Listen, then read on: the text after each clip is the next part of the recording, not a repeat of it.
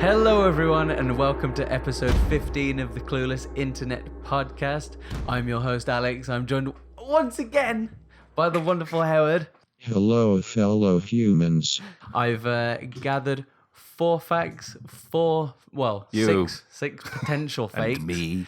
and 4 fuck-ups this week for us to read. Howard, are you excited? I am excited because some of these are pretty I am good. the excite. Some of these I think Prepare. are kind of topical, maybe. You can rub it into your skin. You don't want to rub the first thing into your skin. Lovely.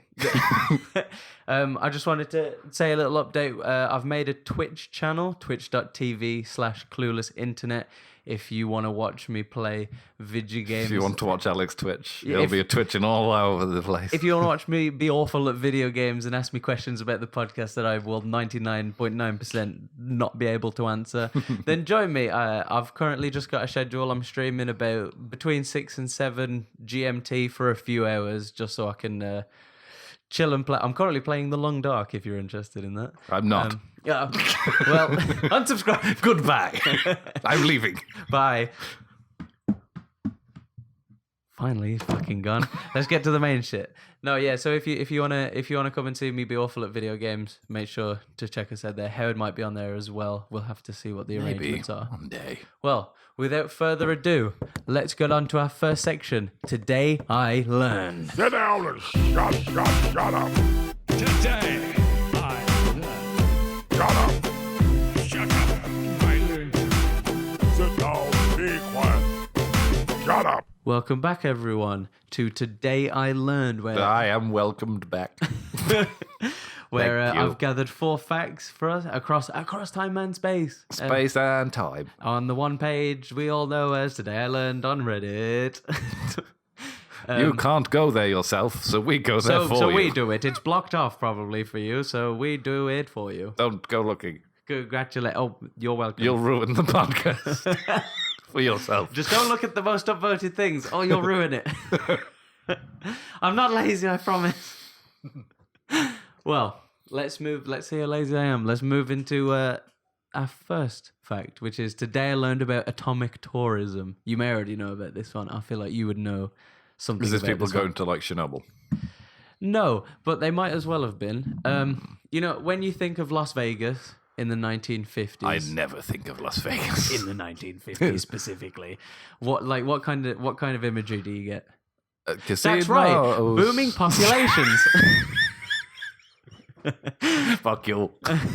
Booming populations rising 161% to like 250,000 people. So this was in the 50s. Yeah. Neon lights, Was lavish. this after the mobsters moved in and built their casinos? If it's in the 1950s, then yes. Neon lights, lavish hotels, being shot in the head, miraculously surviving and setting out into the wilderness to seek revenge, while also being caught up in a war for control of a dam. Is what most people get up to in Las Vegas in the 1950s. I have no idea what you're talking about. I think we're going to have a bit of a fallout here, I think Howard. we are. A Fallout 3.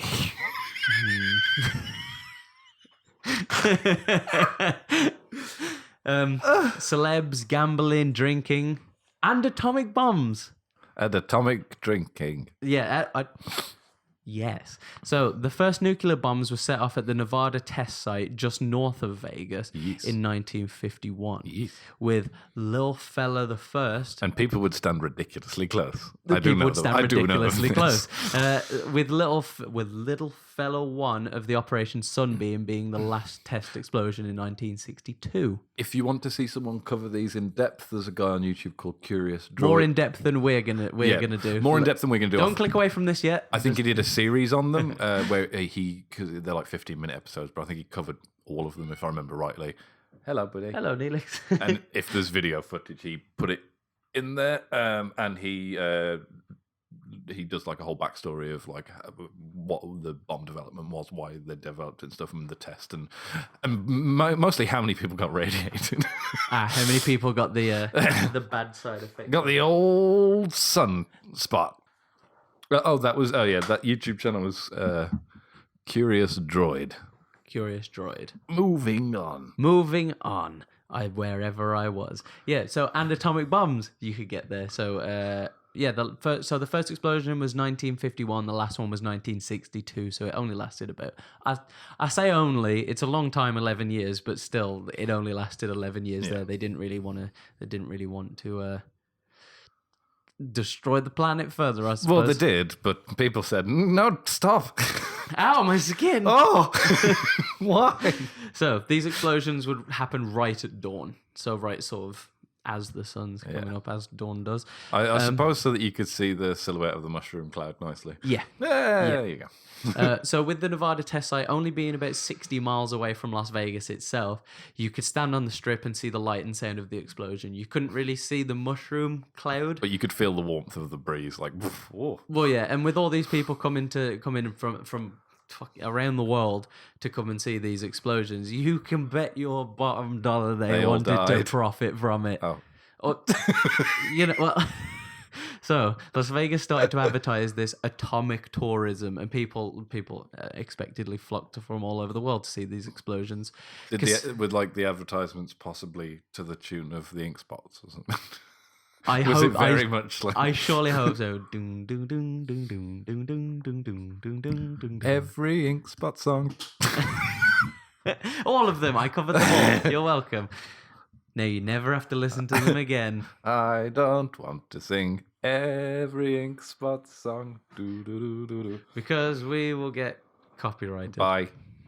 The ink spots. The end.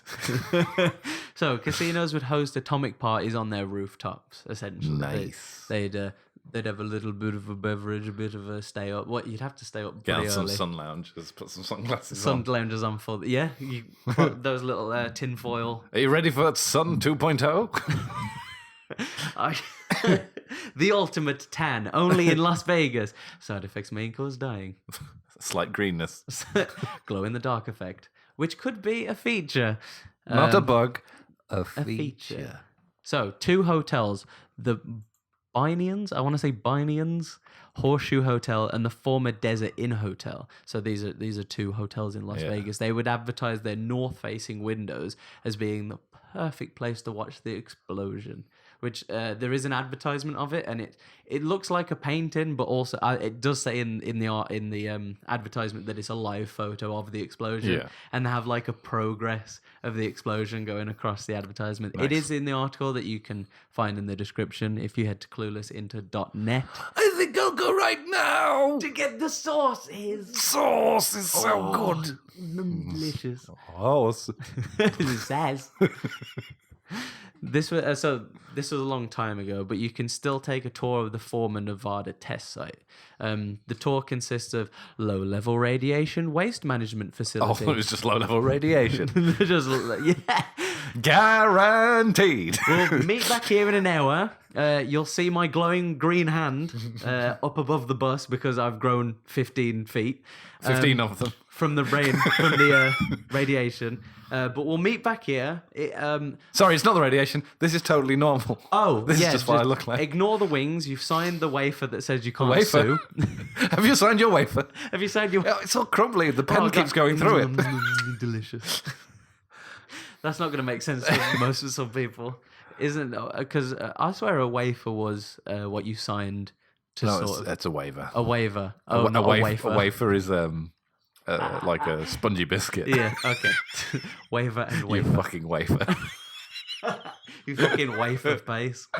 So yeah, you have low-level radiation waste management facility. Wow. Yeah. Star of the tour. The Sedan crater, which was a 104 kiloton thermonuclear device that was detonated below the ground. Nice. Creating a 1,280 feet wide, 320 feet deep crater. 0 ramifications, boys. Nothing can go wrong. Mwah.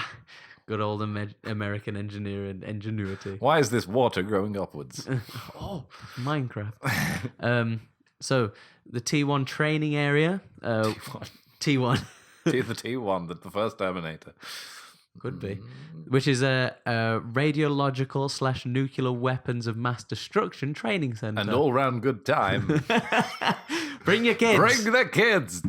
They won't go back again. They'll be green. Bring your kids to stay. Do you like the Hulk? It's a lot like It that. won't happen. Get on the bus. Get a wall. So you can also visit, and then the tour ends with With a giant explosion. the main. Welcome back to the 50s, boys. Welcome to the world of tomorrow. Just wipes everybody out. Amazing. So yeah, the tour would end with the Apple II houses, which is essentially like if you've played Call of Duty, Nuketown. I haven't. Do you know? Oh well, it's basically. I haven't played Call of Duty in years. I probably have, but Also, what was the earliest it was in? It was in Black Ops. I assume. I think it was a Black Ops. I may have played it then. Well, think of Well, I might Indiana be Jones. blanking. Do you remember when he got in the fridge? Yes. And it was like that kind of town with mannequins and stuff like that. okay. So, So it's like, so it's fake like a houses training and ground mannequins and everything. stuff Oh, no, like I that. do know. Yeah. So okay. Nuketown, essentially. Got you. Um, I understand you. But if so that's the end of the tour. That's the end of the tour. You've signed your waiver, and You go in and you stand up as a shooting range dummy, and they. yeah, and you're going home with your third arm. So like you're all good. But you know, if you don't want the tour, if you want to stay a safe distance away from the radiation, They'll scream really loud over the field. And this room, this is really what is where everyone died. It's my favorite.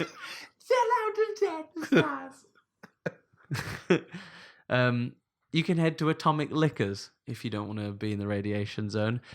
Which is a bar. Yeah, which is Of course it is. which is a bar that's been course it around fucking since 1945 and served a comic. It served a comic book. It served a Just comic the book in a one. glass, atomic cocktails, and hosted rooftop parties during the atomic boom. So like, Very full that. so yeah, well they were like sort of a calf in in 1945 when they started. They went till about 1952 when the boom started.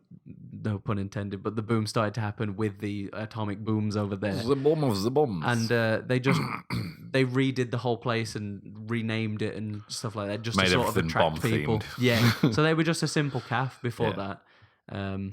And I could have got that completely wrong, but no one could call me out on it. Because everyone is dead from the radiation. Amazing. Amazing. Well, with that one, let's move on to our next fact. Today I learned about the ironic way to mourn. I'm so sad. In the 19... Ironically. Unironically. No. Ironically. Oh, the irony. The irony. So in the irony. God damn, Ronnie.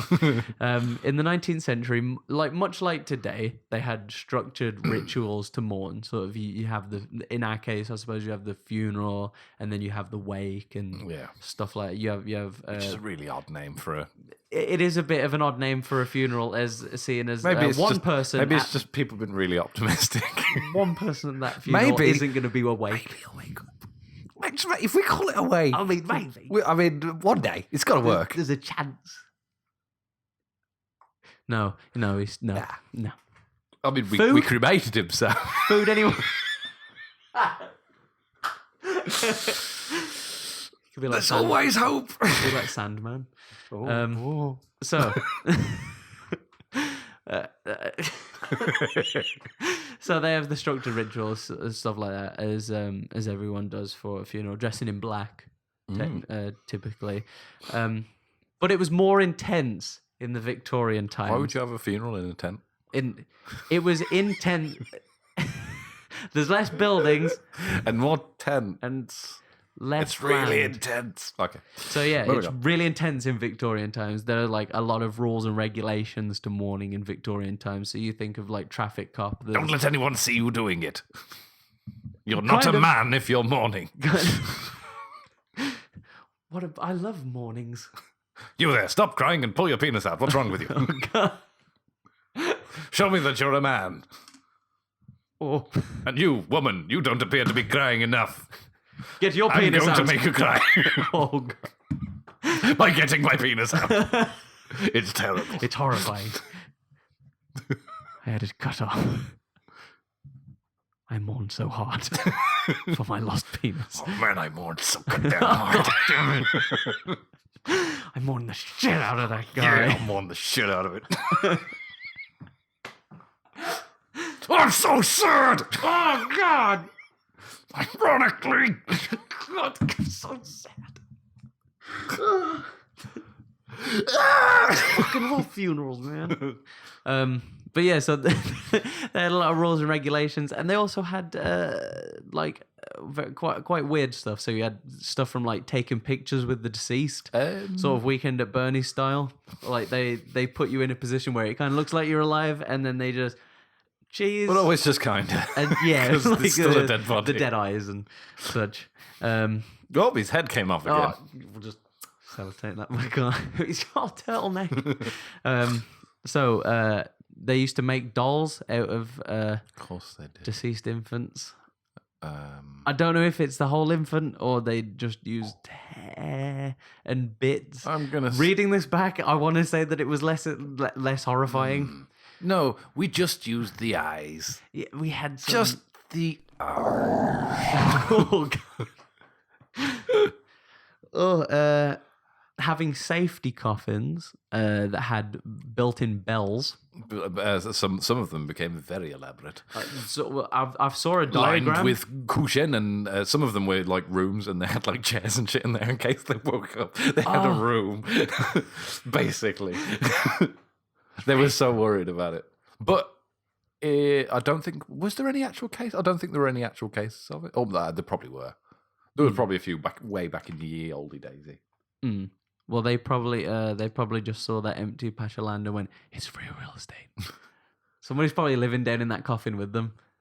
Get in. Free rent. I said, get in. So they would have that safety bell, and they would have like all. There's diagrams and stuff on this article where it's just all elaborate amount of stuff. Like there's so many things going on just to pull a fucking string to ring a bell. Like you have to shake your arm a little bit, but there's all these amazing contraptions. I highly recommend looking at those images. I highly recommend one. Trying one. Get in. I said, get in. I mean, out. That's mine. Ding, ding, ding, ding, ding, ding. They would cover mirrors in order to not trap the deceased. So they thought, Yeah, sure. Yeah, as you do. Okay. And they would, and the most important one, which is what we're going to talk about today, is wearing mourning clothes for a long ass fucking time. They would wear All day, never changing into my evening attire. my evening morning attire. I'm only wearing my morning clothes. Forever. So they would wear the morning attire. Well, morning attire became popular because of how Queen Victoria mourned the death of her husband. I think it was around Very publicly. very publicly. Like when the prince died, aged 42, on the 14th of December 1861, Queen Victoria stayed in mourning clothes for the rest of her life. She never went back to bed. She was always a mourning person. I mean, always. Always. They had 3 stages of mourning, essentially. They had deep mourning, full or second mourning, and half mourning. How are you mourning today? Maybe deep. just a half. Mourning so fucking deep, There's dude. so many things to do. Oh, but I'm so sad. Deep mourning would consist of... it would last for a year and a day. You would have to Exactly 1 year. have just 1 year and 1 day, because you'd have it the day after the funeral. Imagine if you were only sad for exactly the 364 days. 365. No, 64. And then you're like, oh. But then it's a year and a day, so then you're happy for 2 days. Yeah, but what if you don't even get the year? You don't get a year or a day. You don't even get that year You don't get a subscription. year or a day. You're fucked. Oh, God. You're on your ass. Oh, no. You don't get the year. You did not mourn properly. Get out of our The coffin just opens. Victorian century. Leave. The coffin just opens and you get in. But yeah, so they didn't... it would be horrible if you don't get a year subscription. to raid Shadow Legends. Not sponsored, by the way, unfortunately. So they would have a black dress with a full-length black veil whenever they would leave the house. It said on one article that was when they left the house, but then another article said that they never left the house, and it was for the year. It's all lies. It's all a lie. It's all a load of porcupines. It's so old, some of it's probably wrong. This was called a weeping veil, and it was made out of crimped silk fabric called crepe. Crimpty crepe. It was also it was so that widows could weep in propriety. Properly. Property. So they can mourn properly. Basically, just no propriety. Propriety. No papaya. I'm crying over my papaya here. Oh, my papaya. You were so good my for me. tire iron. Just so it was sort of not socially frowned upon, I suppose, to cry everywhere. It was just so you got a bit of privacy to cry as you're out. Full or second mourning lasted 9 months. The veil was lifted and wore on the back of the head, and they could also start to wear minor jewelry. Half mourning then only lasted 3 months, so it's just getting half and half and half. Until it's just half an hour eventually. I only mourned half the day today. Oh, I haven't got time today. I'll do it tomorrow. A bit of an half and half day. I'm all over the place. I've got to go drag racing later. Hopefully I don't die. What year is this? I'm a genius. So the half mourning would last 3 months. Colour was reintroduced into their outfit, so they were able to add it. But it was quite muted colour, so it's like grey and purple. You may wear a pastel. It looks good on you. Be gone. A little too good. Get back in the black. Like that Rick and Morty wizard slut. So, but I say this lasted. So this lasts about 2 years ish. No, it is 2 years, isn't it? 2 years in a day. The morning cycle, because you've got 12 months in a day, then 9 months, then 3 months. Yeah. So that lasts 2 years in a day, but this could last up to 4 years. Theoretically, people did that for 3 years. If the person was really, really rich, you could pretend to mourn for That's if they make it. Make it where? Because the dyes and the chemicals used to make the veils, that, let me remind you, people wore them like for a year straight. I don't know about the washing procedure with these. I assume it's not the best practices for washing a veil. They were capable of causing skin irritation, respiratory problems, blindness, and drum roll, please. Death. Oh. That's no good. Yeah. Or is it? I wish I knew the number of how many had died from that. All of them. It's always the answer is always all of them, because that's how you get new customers. And so that's the most ironic way to mourn. You're the most ironic way to. Moving on. Moving on to our next fact, which is... What's the next fact? Quite fittingly, actually, this one being as it is today, I learned about the Ghost Army. So this is the army of the Victorian people who died from veil death. I'm joking. Sorry, what? Where am I? No, this is... Which podcast am I on? Who am I? Cool. I'm lost.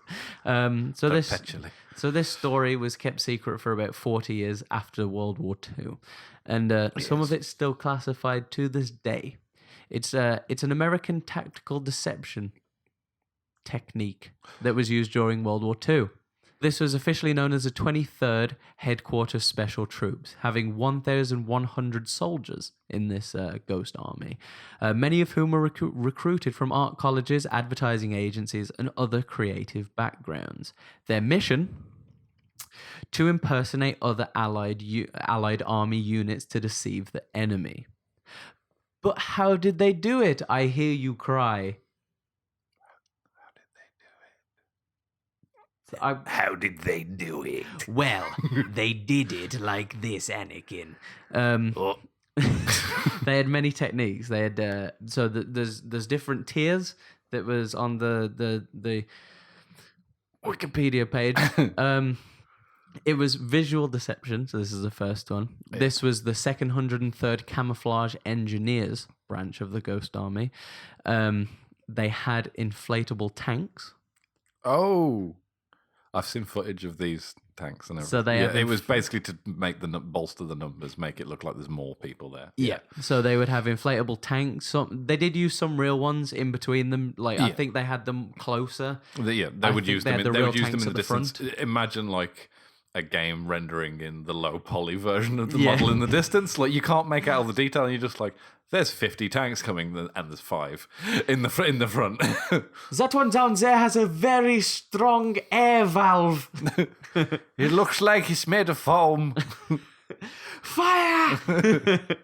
They would have fake cannons, fake jeeps, fake trucks, and airplanes. Cardboard cutouts all across the field. With Jerry just going, none of them are moving. make them move. I don't know how they did the fake airplanes. Put a bunch of strings and just have the soldiers going across the field, wobbling around. Yeah. Their forces are we're outnumbered. There's just the planes. I imagine they were helium filled, things that are in the distance. Oh, and then they just sort of fly over in the distance. Yeah, and then you can play the audio of an airplane. Because I was thinking as I was writing this, I was like, and what I imagined is just some guy on pulley strings, and he's just holding a cardboard cutout of an airplane below him.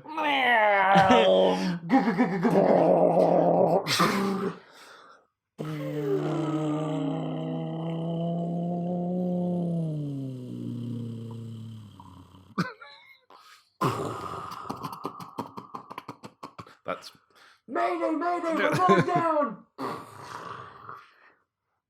They would what they would do is that when they put all these tanks and vehicles and stuff like that out, they would make sure to kind of hide them just so the enemy could pick them up from above and be like, oh shit, there's loads, instead of camouflaging them all and just think, oh, there's no one here. Yeah. We're fine to move. They also created clever dicks. They also created fake airfields, fake military camps, complete with washing lines, etc. Fake motor pools, which is just a group of vehicles. Fake mortars that just lobbing bricks at people. Yeah. Fake artillery batteries, which is essentially mortars, rocket artillery, surface-to-surface missiles, ballistic missiles, cruise missiles, etc., and fake tank formations. And they would do this in a matter of hours. It's quite impressive. They would just set this up as soon as they landed. Got everything. Yeah. Very clever. So that's the visual side. Then you have the sonic deception. This was handled by the 3132 Signal Service Company Special. This was led by Colonel Hilton Rayleigh. Hilton Rayleigh. I'm really struggling currently. If you know that name, does that name ring a bell to you? It does not. Apparently, he's the guy who discovered Amelia Earhart and set her on a way to becoming super duper famous. A legend. They would go to Fort Knox and record armored and infantry units. Yeah. So they would just record tanks and people running around and going, get to cover. Get to the chopper. They would, Arnie, we told you not to come here anymore. Yet. You're not around for another 40 years. Get out of here. Oh, true. I am a child. They would then take these recordings to Europe, and obviously they'd take them to Europe. It'd be a bit shit playing them from America, wouldn't it? Where they mixed and matched the recordings to simulated whatever they wanted the enemy to hear. So if they wanted them to hear tanks, coming over the side and stuff like that. If they wanted them to hear totally dope, fucking beats, then they could also hear that too. Did you hear my fire mixtape? So they would use powerful amplifiers and speakers mounted to half tracks, which is like a military vehicle. You can Google that. They got confused. They've built foam speakers. We can't play anything with this. Sounds amazing. And they've built a real airfield. How much money did this cost? What have you done? How did they do? There's 1,000 of them. I'm sorry, meow. I misread the label. I know. Sorry. I'm so stupid. But then that person that they're talking to is just a blow up person. Oh, where'd he go? And they could, these speakers are fucking, so it's sort of like that Viet Cong sort of thing with the speakers. This is probably where they got it from. Yeah. And they could be heard from 15 miles away. So I just imagine the people that are standing right next to it going, fucking hell, Jesus, can we turn it down a bit? I mean, I know we're trying to scare people, but I just pooed me pants. What? Oh! And then they'd have radio deception. And this was handled by the Signal Company, so it's a different Signal Company. It was essentially like spoof radio. False. They would just make False fake reports. radio reports, yeah. Yeah. They would impersonate radio operators from real units, so they'd listen to them give out their broadcast, Yeah. and then they would like do an impression of them They would on the air. Yeah, fill the airwaves with buzz, essentially. So you just have somebody like who's an impressionist back home, just mashing it on the international just totally airwaves. overselling it though, like Yeah. practicing accents and It's just like he's doing different actually- impressions and stuff. Yeah, basically. They would also mimic the Morse code at the end of the messages, so that the enemy would like never know when they were long gone. 'Cause Yeah. they would probably give the radio updates after that person had already left, and just like say, "Oh, continuation to that broadcast." I mean, continuation to that broadcast. Yeah. Smart. That is smart. So, and then you would have the last one, using the atmosphere. So these people would be sort of like the VFX guys at the end of a movie. You've shot the movie. You've got you've got the audio. You've got the radio broadcast. You've got the visuals. Now you need someone to tie them all together. And this was the atmosphere core, which it didn't have a Which were completely ethereal and would whisper through the air. and it would just be giving the enemies mushrooms until they realized What it was do these real. guys do? Atmosphere. Ooh, Have you heard of Raid Shadow Legends? atmospheric. So they would just essentially tie things together. They would dress the insignia on troops that they would deploy. They would also paint the insignia on vehicles. If you don't know what insignia is, it's basically just sort of like a logo, an emblem. It's sort of to determine what soldiers are what and stuff like that. Then they drove vehicles, you know, the ones that have the curved backs, that have sort of the tarp over them, curved backs that would hold like 2 rows of soldiers in the back. They would just drive those around. Personnel transport. They would just have that. They'd have a convoy of those with just 2 soldiers in the front of the back, just to make it seem like there was full little sardines packed with soldiers, sardine tins, moving along. They would also have the military police stationed at crossroads, which I don't think the enemy can kill. I'm not sure how that works. I mean, I assume so if they're just going to put them out in the open like that. Military police, as far as I'm aware, I'm not sure what perform military the police are. job of.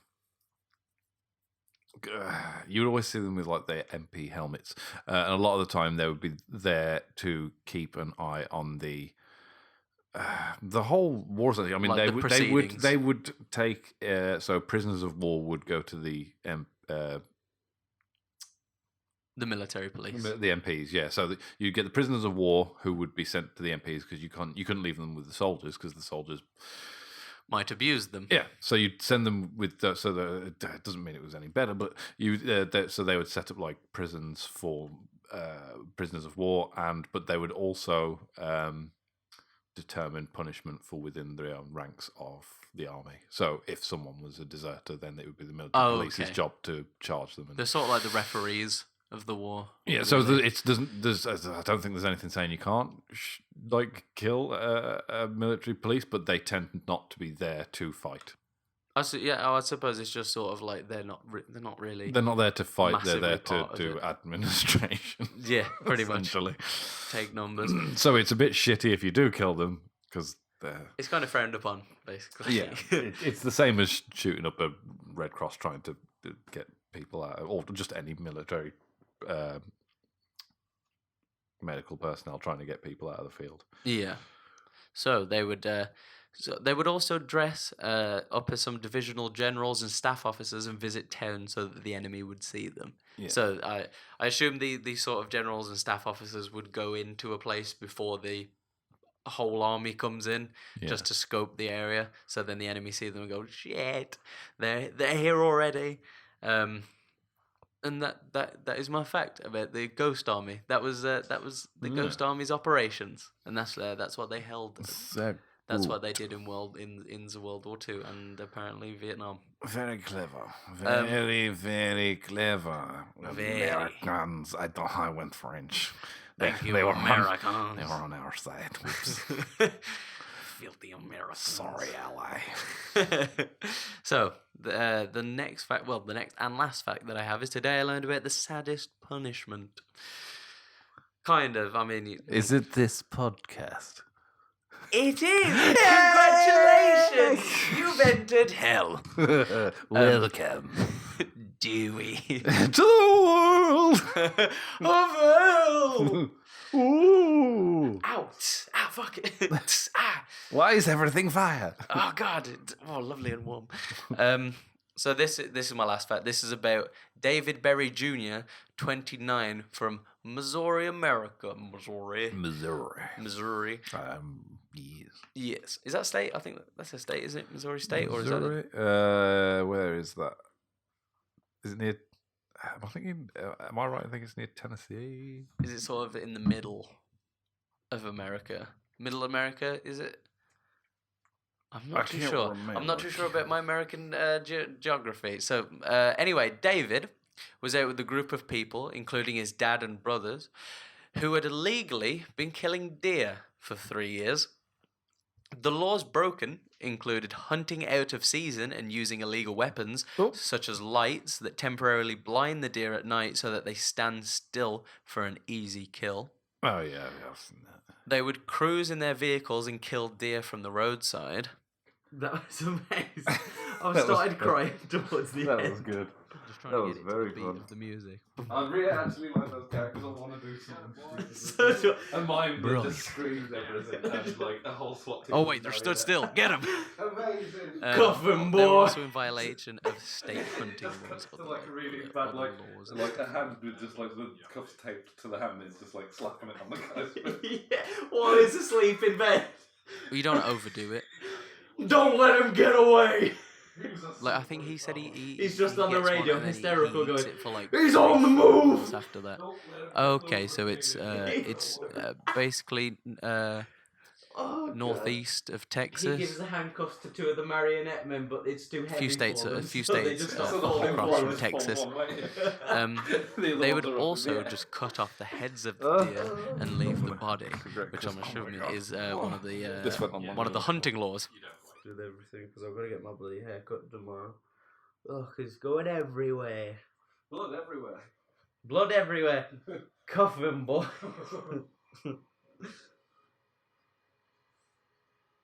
I've put invisible handcuffs on you. Anderson's got a paper cut. Man down. I can just imagine like the third movie is just the real police coming after a few days of them trying and just seeing all these broken marionette men and like this one mime having a mental breakdown in his condo. Oh man, just one of their legs gets caught on another one's legs and he's just standing there rage, just like trying to wait 1 minute, come on. He's just at the front door going, "We're coming in. We're coming, boys. Oh God, we didn't realise this hallway was so bendy."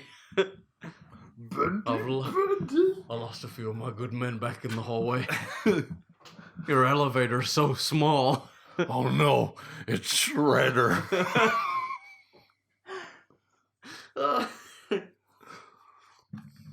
That's your people's worst enemy. And then you just hear one from the back going, What do you mean, you people? What's our motto, boys? Nothing a better glue can't fix. never fold. Never fold under pressure. Unless it's mine. That's right, boys. I created you. Once more into the fold, I can boys. take you out of this world. I brought you into this world and I can rip you up and throw you Throw away. it out. All right. You slut. Do you want to read the first one, or do you want me to Sure, I'll give you a break. tackle it? Do you want to do Today I Fucked Up by Getting Engaged? This is a medium-sized one. Do you want to read the long one, or do you want to leave the long one for me? I'll let you decide. See how you're feeling when you read yours. Okay. Do you want to introduce, or do you want me to introduce? I'll carry on. Marker? His mama died.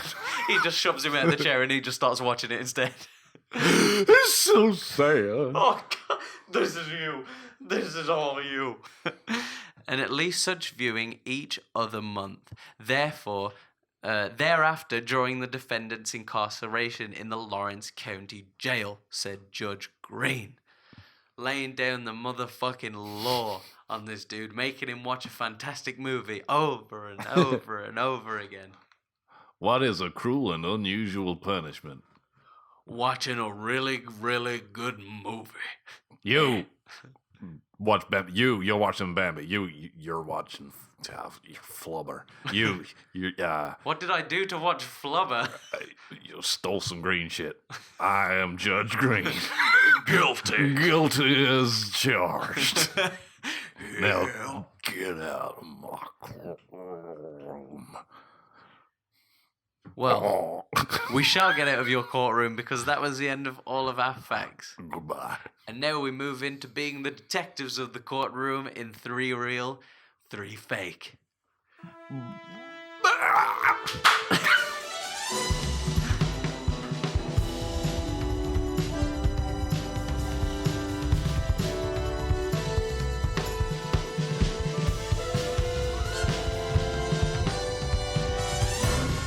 Three real and 3 fake. Shit.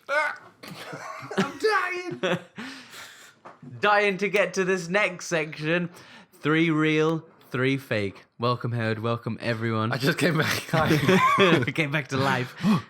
This is my favorite section. As if you've listened to a few of the podcasts before, this is my favorite section of the podcast. 3 real, 3 fake. Howard, are you ready to guess which one of these I've completely made up from my own noodle and which one has been made up from other people's noodles? I guess.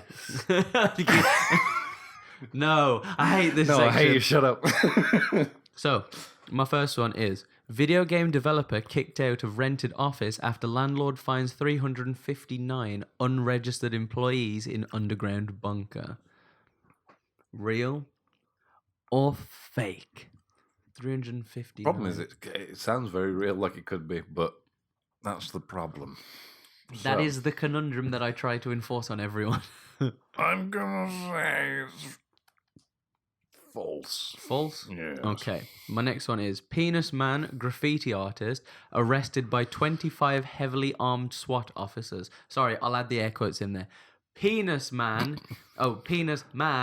graffiti artist by 25 heavily armed SWAT officers. So there's the air quotes for you. That's horribly written, I but know this one's true. you want to say that one's true? No, it is. You want to say that I one's true? literally watched a video of it yesterday. You haven't guessed that it's true, Howard?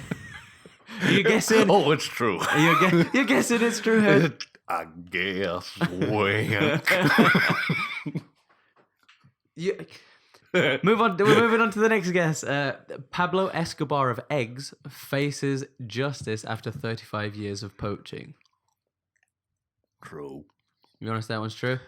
Real. Sorry. Oh, I you wanna keep say- saying true and false. You want to say that one's real? It's real. My next one is Swiss marketing company faces backlash and legal action after accidentally using dead body in promotional material. Real or fake? I'm going to say fake. You want to say fake? Yeah. Just because I want it to be not real. Okay, now my next one is... I've lost it completely where I am. I found myself again. My next one is Clinton Hillman registers beer as emotional support animal. Real or fake?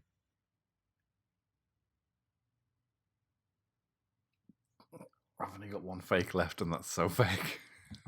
Do you want to say fake? Yeah. You want to say fake for that one? Damn, the rest have to be true now. Well, this is my last one. Japanese woman arrested after stealing a basket of eggs and causing a 32-car pileup, resulting in 100 injuries. Real. You want to say that one's real?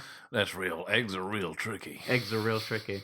Well, Howard, I just want to congratulate you on almost getting them all right until you got to the end, until you got to the last two. As soon as you said that one was fake, I was like, oh no! You ruined it. I thought you were gonna get What a them. twar. I thought you were gonna get them all right this time. I was hoping. Well, that's what I wanted. Well, that's what I life wanted. gives you. That's what I When wanted. life gives you lemons, squeeze them in your own eyes. That's what I wanted you to think. So the Clinton Hill man registering his beer, as you are, as an emotional support animal is real. No, That one is no, real. it isn't. It's real. Because it's not an animal. Yeah, You can if absolutely you put a leash on it. support it as a registered support liquid. Fine. Animal. No, liquid's fine. That's liquid- absolutely fine. But a it's liquid it's- animal. It's not an animal unless you pumped your dog full of beer. Basically, just replaced its insides with beer. Then I'll let you off. And turn the I'll let you off outside the hook. into glass No. that you could hold in your hand. Nope. So, Just a dog, so it could happen. a soggy dog. A really soggy in a glass dog. It worked out. So, the video game developer being kicked out for having 359 employees in an underground bunker is fake. You got that one right. That had your stench all over it. The the penis man is real, as you know. Oh, yeah. Very good story. This one, if you haven't heard it. I just told you I have. And well, anyone at home. Because you can add some to this one as well in case I get anything wrong. The Swiss marketing company facing backlash was fake, and the Pablo Escobar of eggs was real, which means the Japanese woman arrested for stealing eggs was fake. I mean, All there those probably, pretend lives. I mean, there probably is some Japanese women who have stole eggs, but not in this case. So But not like this. let's go on to one of my possibly favorite ones that I've picked so far based off the reaction that I got from you. Oh. The Clinton Hill man registering his beer as an emotional support animal. This is Let's get into it. as you just Let's get our big brains in there. down a Let's bottle of get on. vodka. So, Floyd Hayes from Clinton Hill in New York said, I travel from upstate to Brooklyn a lot, and on the bus, they say it's a federal crime to smoke or have an alcoholic beverage unless by prior written consent. And I always wondered where you get that consent, said Floyd. Not that I'm an alcoholic, he wanted to add to that. So he registered his beer as an emotional support dog with the USA Service Dog Registration. He emailed So off- let me get this straight. Your dog's name is Beer? Oh, he's gone. Yes, let's say that my dog's name is Beer. Can I get that license now? So he sent an email off. I'm not sure what was in the email. I would really like to read that email if he'd send us a copy at podcast@cluelessinter.net. Get on it. But he got a reply containing a code 1085780890, which when you visit the USA Service Dog Registration.com /track/ you should be able to get more information on Floyd and his beer. Now If let you me really, really want if to. you really want to. You can't because it is an invalid number now. I'm pretty sure they cottoned on to what was happening and just got rid of him from their dog yeah. registry. So I was right, Yeah. really, at the end of the day. Yeah, he's not a support Beer animal is anymore. not a support animal. Anymore. It was once for about a week. But not anymore until it was gone. So yeah, he registered it and it was proper. So as I say, I tried this and it didn't yield anything. So Rubbish. I'm going to have to go off what the article says, which I don't usually do. Wink. Even the Wayback Machine didn't work. So it may have been rejected since, as I said. I hope not, though. The fools. I hope they just transferred him onto his own website, They which will is... never know the truth that beer can actually be a dog. Glug, glug, glug, glug. I love you. So, on this page, it has a support dog name registered as Beer. It requires no extra training and helps with Floyd's social anxiety disorder. I don't mean it in a heady mental health manner, he said. I mean, in getting drunk. I mean is it in my Yup. feet kind of manner. I need the beer for my feet. Oh, there goes the other one. Better register another one. Well, I wonder if they send out a replacement dog. this isn't beer. Too furry. God damn it. Yeah, because I wonder if they send out a replacement dog. If they sent out a replacement dog, you could register a beer and just keep saying, "No, my dog's ran away," and then just get another replacement beer sent in the What a mail. waste of a dog. What? This dog might get me free beer. What? Unlimited supply of beer? Well, you'd have to lose a dog in the process. So, Unlimited supply of beer. he said, more if you go to a party and don't want to break the ice. Sorry. So it's just sort of... Have you met my dog, beer? glug, glug, glug. It's actually just beer. I'm so emotional. I need support. The government are idiots. Here's my dog. I'm not crazy. Come on. So he hasn't yet taken his beer on the bus. However, he hasn't gone through with his plan because he's taking part in Dry January. However, an unidentified worker at the USA Service Dog Registration wasn't very impressed. How did they think of it before me? This happens Oh! every day. God My damn- life is hell. Trademarks. I'll trademark This that. might actually be the most exciting thing that's ever happened Oh, in my one job. day. It may have been. So yeah, this unidentified worker said that registering his beer with a company would not provide him with any benefits. He can register his Other beer. than a really cool story. Yeah, other than a news story. And being on the best podcast in the world. Oh, what podcast is that then? Not us. But he apparently he can register for he can register his beer all day long. It's not going to get him anywhere. She explained that the list is used when renters are asking to bring pets in. It has no legal standing. So it's sort of like if you're renting a building and you're saying, I need this dog in here. I need this beer in this new flat. Because I know that when you have guide dogs, they sort of have don't they have identification on them to sort of show that they're because guide dogs? You're not supposed to play with them or tease them. You gotta leave them. They're at work.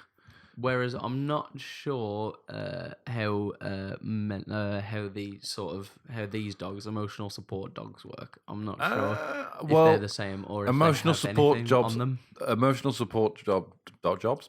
Emotional support dogs don't have the generally don't have the responsibility of a human life in their hand. They're generally there to ease stress and tension and provide comfort. So you wouldn't know the difference. So Really? a support animal will generally just look like any other animal. Yeah. So that's probably how they It's get. CNI dogs past and that. things like that that actually, like, if the dog is distracted and not doing its job, could mean the person's death. Yeah. Then that's why they're marked with, like, they usually have like a reflective Yes. outfit on. Yeah, a little cute jacket on. Adorable, which makes it really hard not to pet them. Yes. But yeah, so these dogs would just, as I say, like normal dogs, and this is how you'd get a renter to know that it's not just a regular pet. I'd say. This ain't no regular pet. This is my support beer. I call this a liquid pet. Call this liquid courage. This will not get you into Walmart. It will not get you into Denny's. It will only protect you when you're renting. But thankfully, there are no laws against renting with an emotional support beer. So you'll be fine. Renters, you are safe with your support beer. And that is the end of the fact. That is the end of the news article. I'm going to save the best for last because I'm going to move on to the Pablo Escobar of eggs facing justice after 35 years of poaching. Sorry, not getting 35 years. So this is a story about 58-year-old Jeffrey Lundrum from Northamptonshire. who spent 3 decades as the so-called Pablo Escobar of eggs. But why, you may be asking yourself? Eggs are really cheap. But why? Yeah, eggs are really cheap. Yes, they are, Alex. Howard. Well, he wasn't smuggling your run-of-the-mill chickens. Super chickens. Technically, he was smuggling eggs from falcons and other birds So of not prey. chicken. So, super chickens. That's an odd looking chicken. Who are blah blah blah. Usually selling them off to international clients, mainly from the Middle East, who are very interested in peregrine falcons. I think it's peregrine Sounds falcons right. Yeah. for traditional falconry. So it doesn't sound as bad as it's supposed to be, because it's just animal trafficking, I suppose. But just they're not going to eat them or kill them, I suppose. They can. You don't generally tend to cross species across country because they can introduce viruses and stuff that the local population can't defend itself against, which is why it's so why expensive. there are massive laws against taking animals across. It can harm the ecosystem of the whole. It can ruin area, the can't it? ecosystem. Yeah, Which is why they're so anal about it when you travel. especially in places that are isolated, like Australia. Especially Madagascar, places like that where it's like, no, we've got a very particular ecosystem, and if you fuck it up, then We'll fuck you up. bitch. I mean, Johnny Depp's. So, these people are very interested in peregrine falcons. These can sell for thousands. Like either the eggs or the actual grown falcon can sell for thousands. I assume the egg, because that's easier to transport. And eat. I mean, transport. And eat. With animal trade being valued at about $20 billion every single year. You had traffic spokesman Richard Thomas saying, fewer than half a dozen egg thefts are reported each year.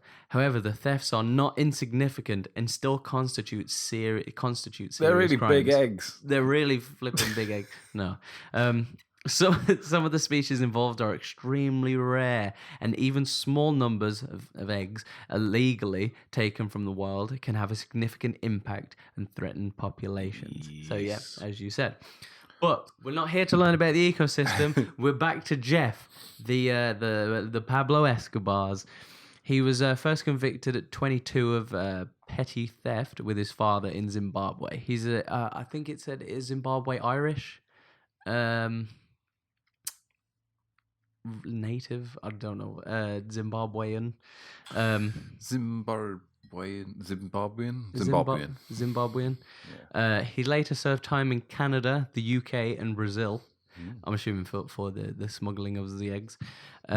He served in the Rhodesian Army's Special Forces, where he used a helicopter to steal some eggs in northern Quebec.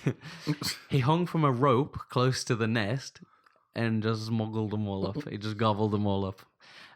He was stopped in Birmingham in 2010 with egg boxes strapped to his chest. UK or Alabama? I'm going to guess the UK, because he wasn't arrested in America as far as this article is concerned. Gotcha.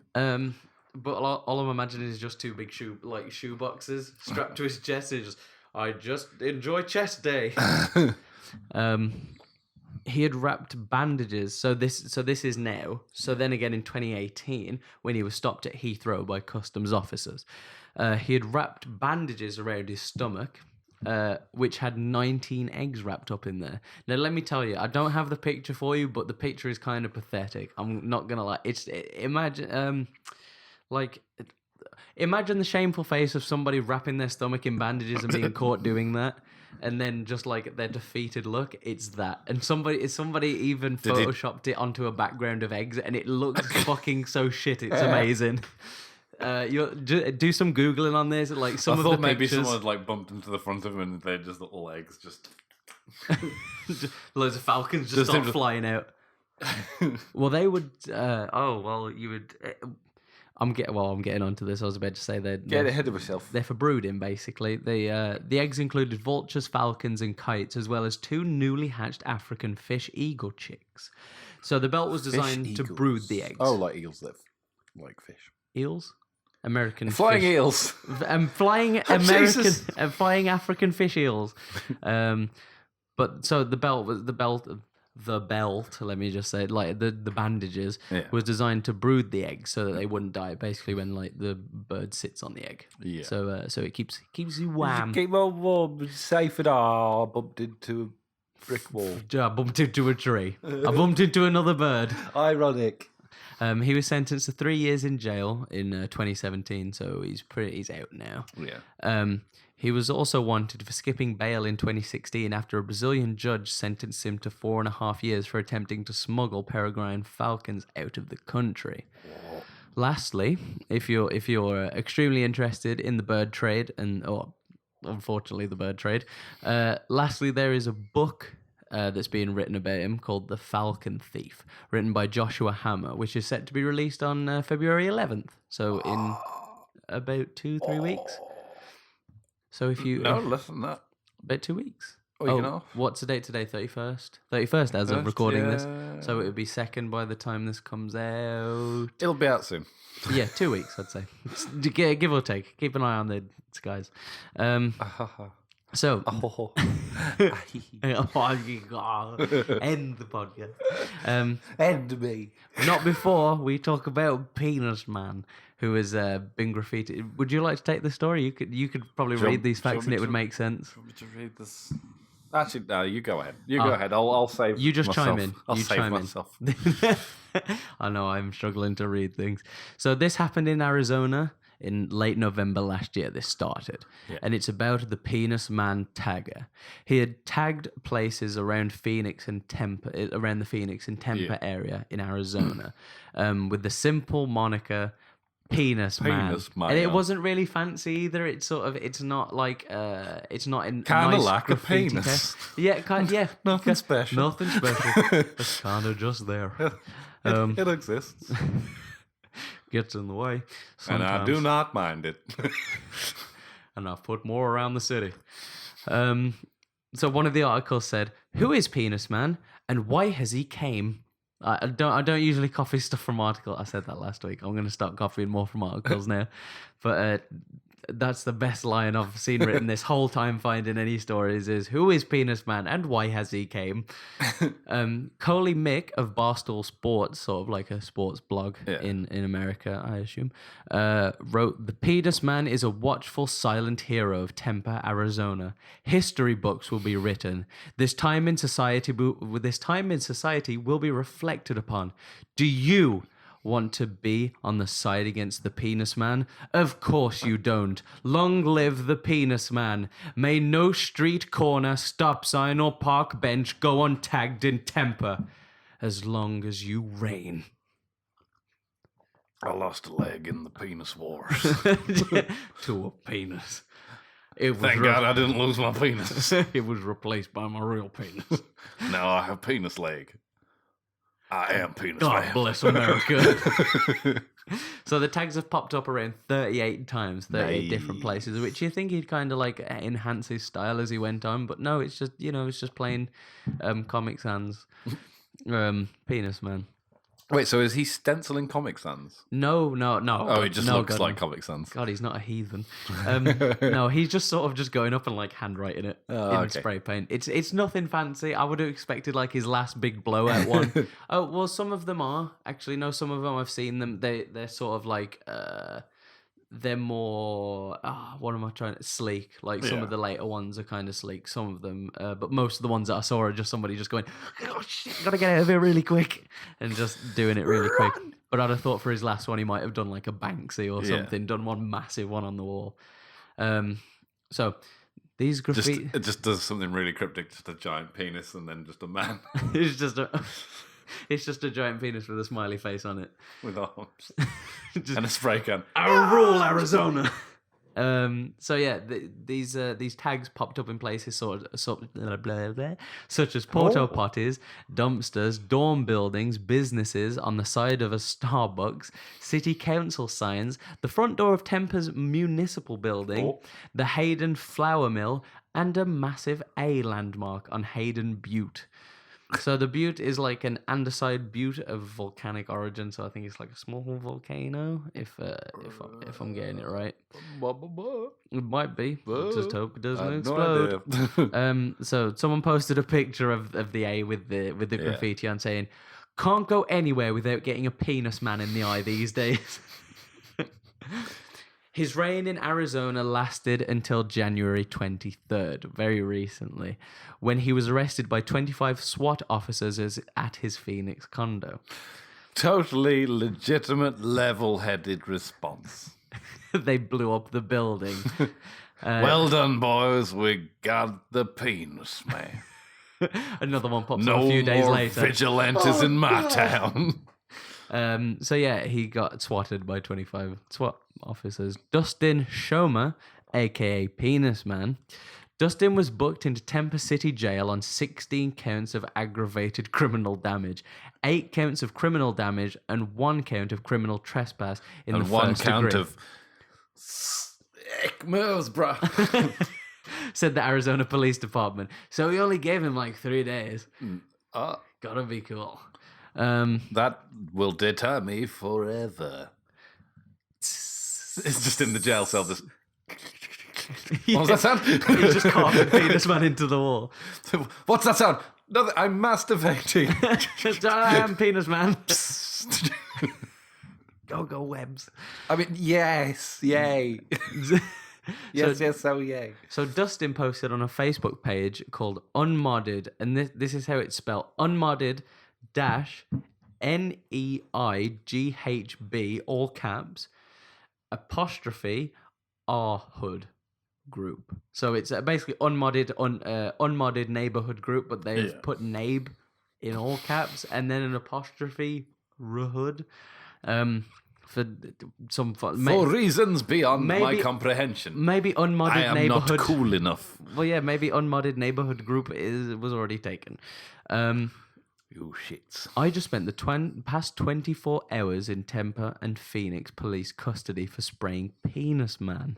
They raided my condo. So this guy must be like kind of well off for. Or if I remember rightly, he's not poor now. No. He was. I think he had like private education and stuff like that. I think he's fairly well to do. And this is what he does with it. They raided my condo and vehicle and swarmed my entire complex in West Phoenix with 25 heavily armed SWAT officers. Penis Man was Bruce Wayne. Oh, God. Where is it? I am the night. I am the might of my penis. And pointed a silenced assault rifle in my face at his penis. And I said, "Hi, dude. You want a coffee, dude?" Just like 3 o'clock Why are in you the so morning. aggro, dude?" You want to spray paint Penis Man on the wall or something, dude? Anyone with any doubt who the bad guys are here, be certain it is the city of Tampa, city of Phoenix. Well, he was also like, I don't really blame the police. They're just doing their job as well. It's like, it's the fact that this was the response from the town. It's a bit overkill, isn't it? Really, they it probably was to could have hire just the sent. fucking SWAT team. They probably could have just sent the local sheriff just to knock on the doors and go, "Was it you?" He's just, "No, I'm taking you in for a bit of questioning." No, they had to do like the whole SWAT team coming in, and you know that one where he runs in, breaks the potted plant, and some crash through the built like ceiling and stuff like that. Ladies and gentlemen, we got him. So he said, "Be certain it is the city of Tampa, city of Phoenix, and police forces valley-wide. There is no excuse for pointing an AR-15 in the face of a non-violent offender." Unless he spray is paints right. Penis Man across the town. I'm pretty sure it doesn't count. Unless he's Or streaming. does it? Unless he's streaming. I was going to say, It's I not thought, at warranted. first I thought it was like someone maybe figured out his plan and then swatted him, but no. It was just the police that He swatted was him. live streaming him doing it. And the police are like, "Hello, police." "Yes, police." We found him. Good job, police. Thanks, police. Get him. It's just the same guy on the same Yeah. phone. Like with 2 phones. Something in the SWAT team, "I'll get him a suit up right now." And he just gets into like a suit, but then like it comes off with like a bunch of like dummies all attached to him. "Let's go, boys." Let's get him, boys. It's like that thing. Have you seen where people have like the Yeah. sticks attached to their You arm like and there's move your multiple arm and all people the behind arms him? like Yeah, that's him. We are the SWAT team. This guy was just really high as fuck and thought they were 25. So he spent the night in Maricopa. I don't know how to say that. Maricopa. I think it's Maricopa. Sounds right. County's 4th Avenue Jail. Then another 5 hours in Tampa police custody.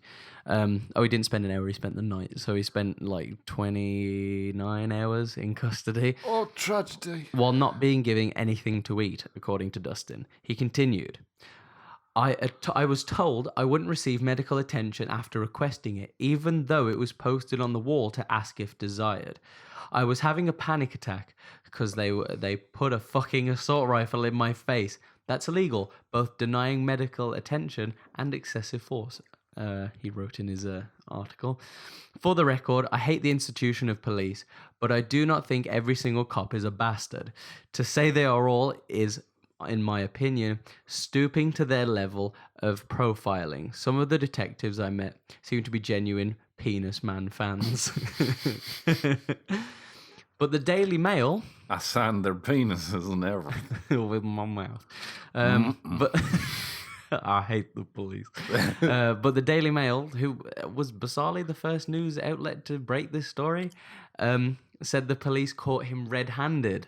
Now, when they say red-handed, I don't know if they mean he was tagging his own condo and they caught him in his condo, or he was out somewhere and the previous article lied about this. Well, I was gonna say because I heard the same that he was in his bed. Yeah, so they woke him with an AR-15 to the noggin. So I don't know if the Daily Mail. We caught him red-handed, boys. He's sleeping. Get the paint Without my permission. They just put a little spray can next to him in bed and go, got him. Put it in a little tiny baggie. Yeah. Oh my God, contraband. This is all the proof we need. Get in there, boys. He starts pulling off the strings from behind him and starts popping them around the room. Anderson, don't disobey my orders. There's just one that's just like fucking twitching out. He's like falling on the floor face down. You are always the laziest one. Just the guy just wakes up in bed. What the fuck? Go back to sleep, penis man. This isn't over. This is between jumps out me the window. I'll be back. He comes back with a new set of SWAT teams to come in and fight the other SWAT team that he already bought in. You're all useless. It's just him controlling both arms. Just oh god. Oh my god. He's actually not in anyone's condo. He's just under a bridge. I'll get you, penis man. is getting away. It's just somebody spray painted somebody on a wall. Oh god. He's got some superpower of hardening or something. Get him, cuff him, boys. He just starts throwing him at the wall. I love this guy. I'm sorry to the police officer that we're... He's gone all flaccid. I can't get a hold on him. I'm gonna need backup. Stand up straight, son. Stand at attention. I will lick you.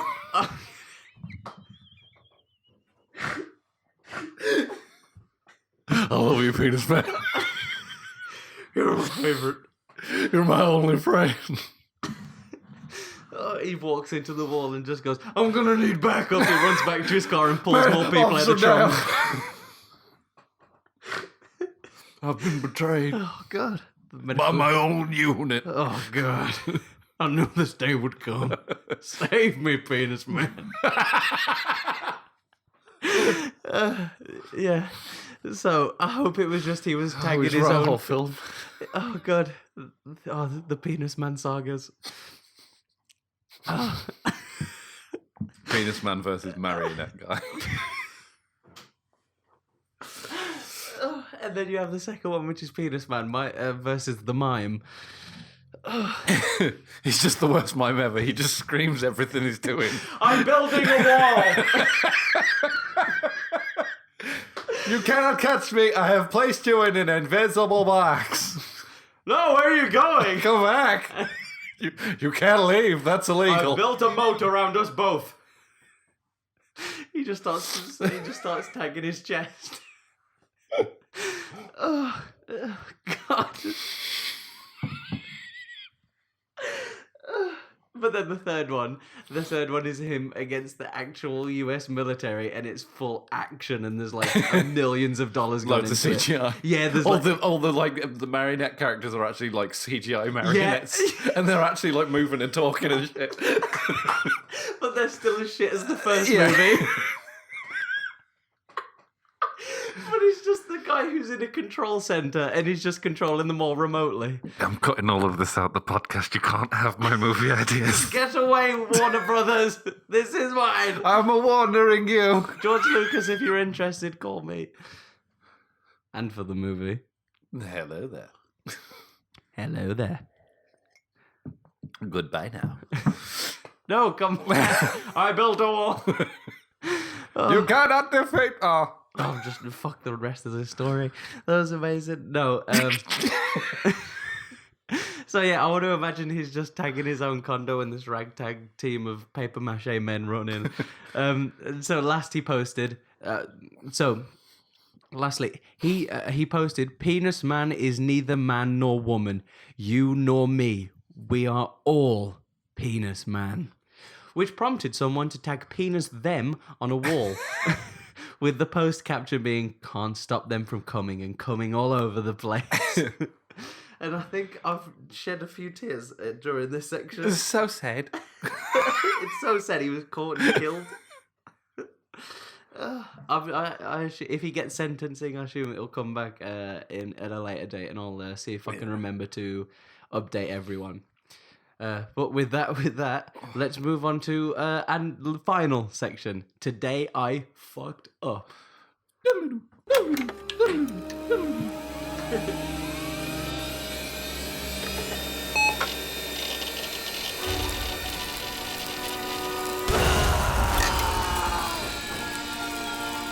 Today, I fucked up. Welcome everyone to the final section of the podcast. Today I fucked up. I'm handing the reins over to Howard for the first story. Oh boy, no! So, our first story today. As I get ready to read, as I prepare my body to read this story. I'm so ready. Today I fucked up by getting engaged. The middle-aged man story. Honestly, the moment this happened, I considered writing this post, but felt that in the light of making the mistake of sending my Johnson out, this is going straight out of the gates. So, right. I hope it isn't cold outside if he's sending Johnson out. I might give myself some time to make sure I want this to live online forever. So we're talking about a dick pic, as they're known. I wouldn't know. No. My family has already told just about everyone that they know the story. So I figured I'd bring all of it to you. So how do we not know this? We must know someone that knows them who knows them. So here we go. I'm ready for this roller coaster. My body is ready. My girlfriend and I have been together for about 3 years. Yes. And I'm deeply in love with this girl. She is decent beyond words. Decent. She's pretty average. That's like the beyond words average. That's like the most mediocre sort of over-exaggerated sort of expression to give someone. She's really, really decent. She's so epically mild. She's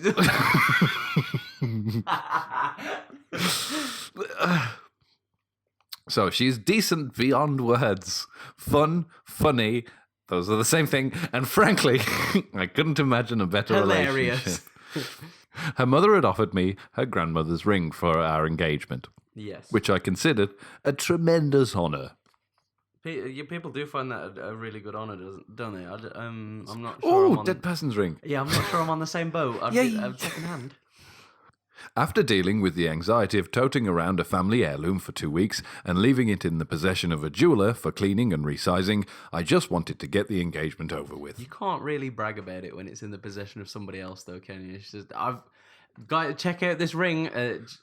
It's not in my hand. It's in the jeweler's hand. I've got this amazing ring, you'll just have to believe me. Idiot. Here's a picture. Yeah, you can't really tell on a picture. You could Google that. I know that this might not sound like the most romantic way of describing my engagement, but I was nervous. No, you don't say that this is not the most romantic way to... She's really decent. And, I just want to get this engagement over with, You know what she isn't? She isn't a pleb. Yeah. I really love her. So I can't wait to get this marriage over with. I'm really nervous. She's so average. I get home, get down on one knee. That's it. I just get home, get down on one knee. Nothing. She's not home. Nothing like no meal, no anything. Just I get home. She's not there, so I get down on one knee. Perfect timing, myself. I get home, I get down on one knee, and she says yes. Wait, that was quick. She says yes in the most average way possible. And she said, yeah, Go on, then. one. Yeah, I suppose so. I've got nothing else going on. It was a moment I won't forget. Then I got creative on really burning it into my memory. How average she is. Now, in my opinion, everyone gets more or less. No, they don't. Now, in my opinion, Everyone gets more. everyone gets more when I'm around. Now, in my opinion, Here's my penis. now in my opinion, now in my opinion, everyone more or less does their engagement announces the same way, holding hands close up with the ring on, or the couple's pick with the open hand across the dude's chest with the Yeah. ring visible. Visible. How is it going to be visible if it's in the hands of the jeweler? You usually have the one, like you have the person going like that, don't you? They hold the back Yeah. of the hand up and go, "Oh, look how big this ring is." Yeah. I don't think I've ever seen Look someone. how much he loves me. It's really shiny. It's really hard to keep up. Ow! My arms are massive now. Abuse. I've never seen anyone with like the hand across the person's chest though. I've seen those. I've seen those it, yeah. weird family ones where everyone's like naked in them and stuff like that. Oh, there was a weird. What was that? A YouTube channel? Now I'm sure I've seen something about this. There's just some really weird. Fucking... There are some really weird family portraits. Like I've seen them in shopping centers and stuff like that. You just have like the big black and white, and it's like everyone's in sort of a train, but they're all topless and stuff like. It's really like photography is weird. Happy New Year. Happy engagement. It's just a picture of random people just shipped to his house. Merry engagement. Look how they love you. They're all topless for you. All that has been done to death, I thought. I proposed to my now fiancée that we do something funny and different, and she agrees. Oh no, I can see where this is going. We settle on taking a picture of me, completely naked, laying in bed, with her hand in the foreground covering my crotch with the ring on. Oh, okay. The picture is hilarious, and we send it to my family group chat. Immediately. We don't check the image. Immediately. For penises. For stray penises. I mean, this is my naked body after all, clearly for my family's eyes only. I hope not all of your family. No, just the close ones. Really close. As it turns out, the picture was taken on live mode. When you held it down, my girlfriend's hand would move out of the way, leaving a perfect shot of me as naked as the day I was born. Oh my! With Grinning the from, ring. from ear to ear, doing finger guns. With the ring around my Gonna penis. finger bang bang. I received a message from my brother-in-law informing us that the picture is live. That my sister was the one to discover it. Sorry, you made a typo. He said that picture is life. Oh. No, he didn't. Like ball is life. His balls is life. I received a message from my brother-in-law informing us that the picture is life. That my sister was the one to discover it, and that he follows it up with a picture of her in a shocked state of bewilderment. Oh, God. My mother got it too. Same mistake. My mother got it. Her first unsolicited her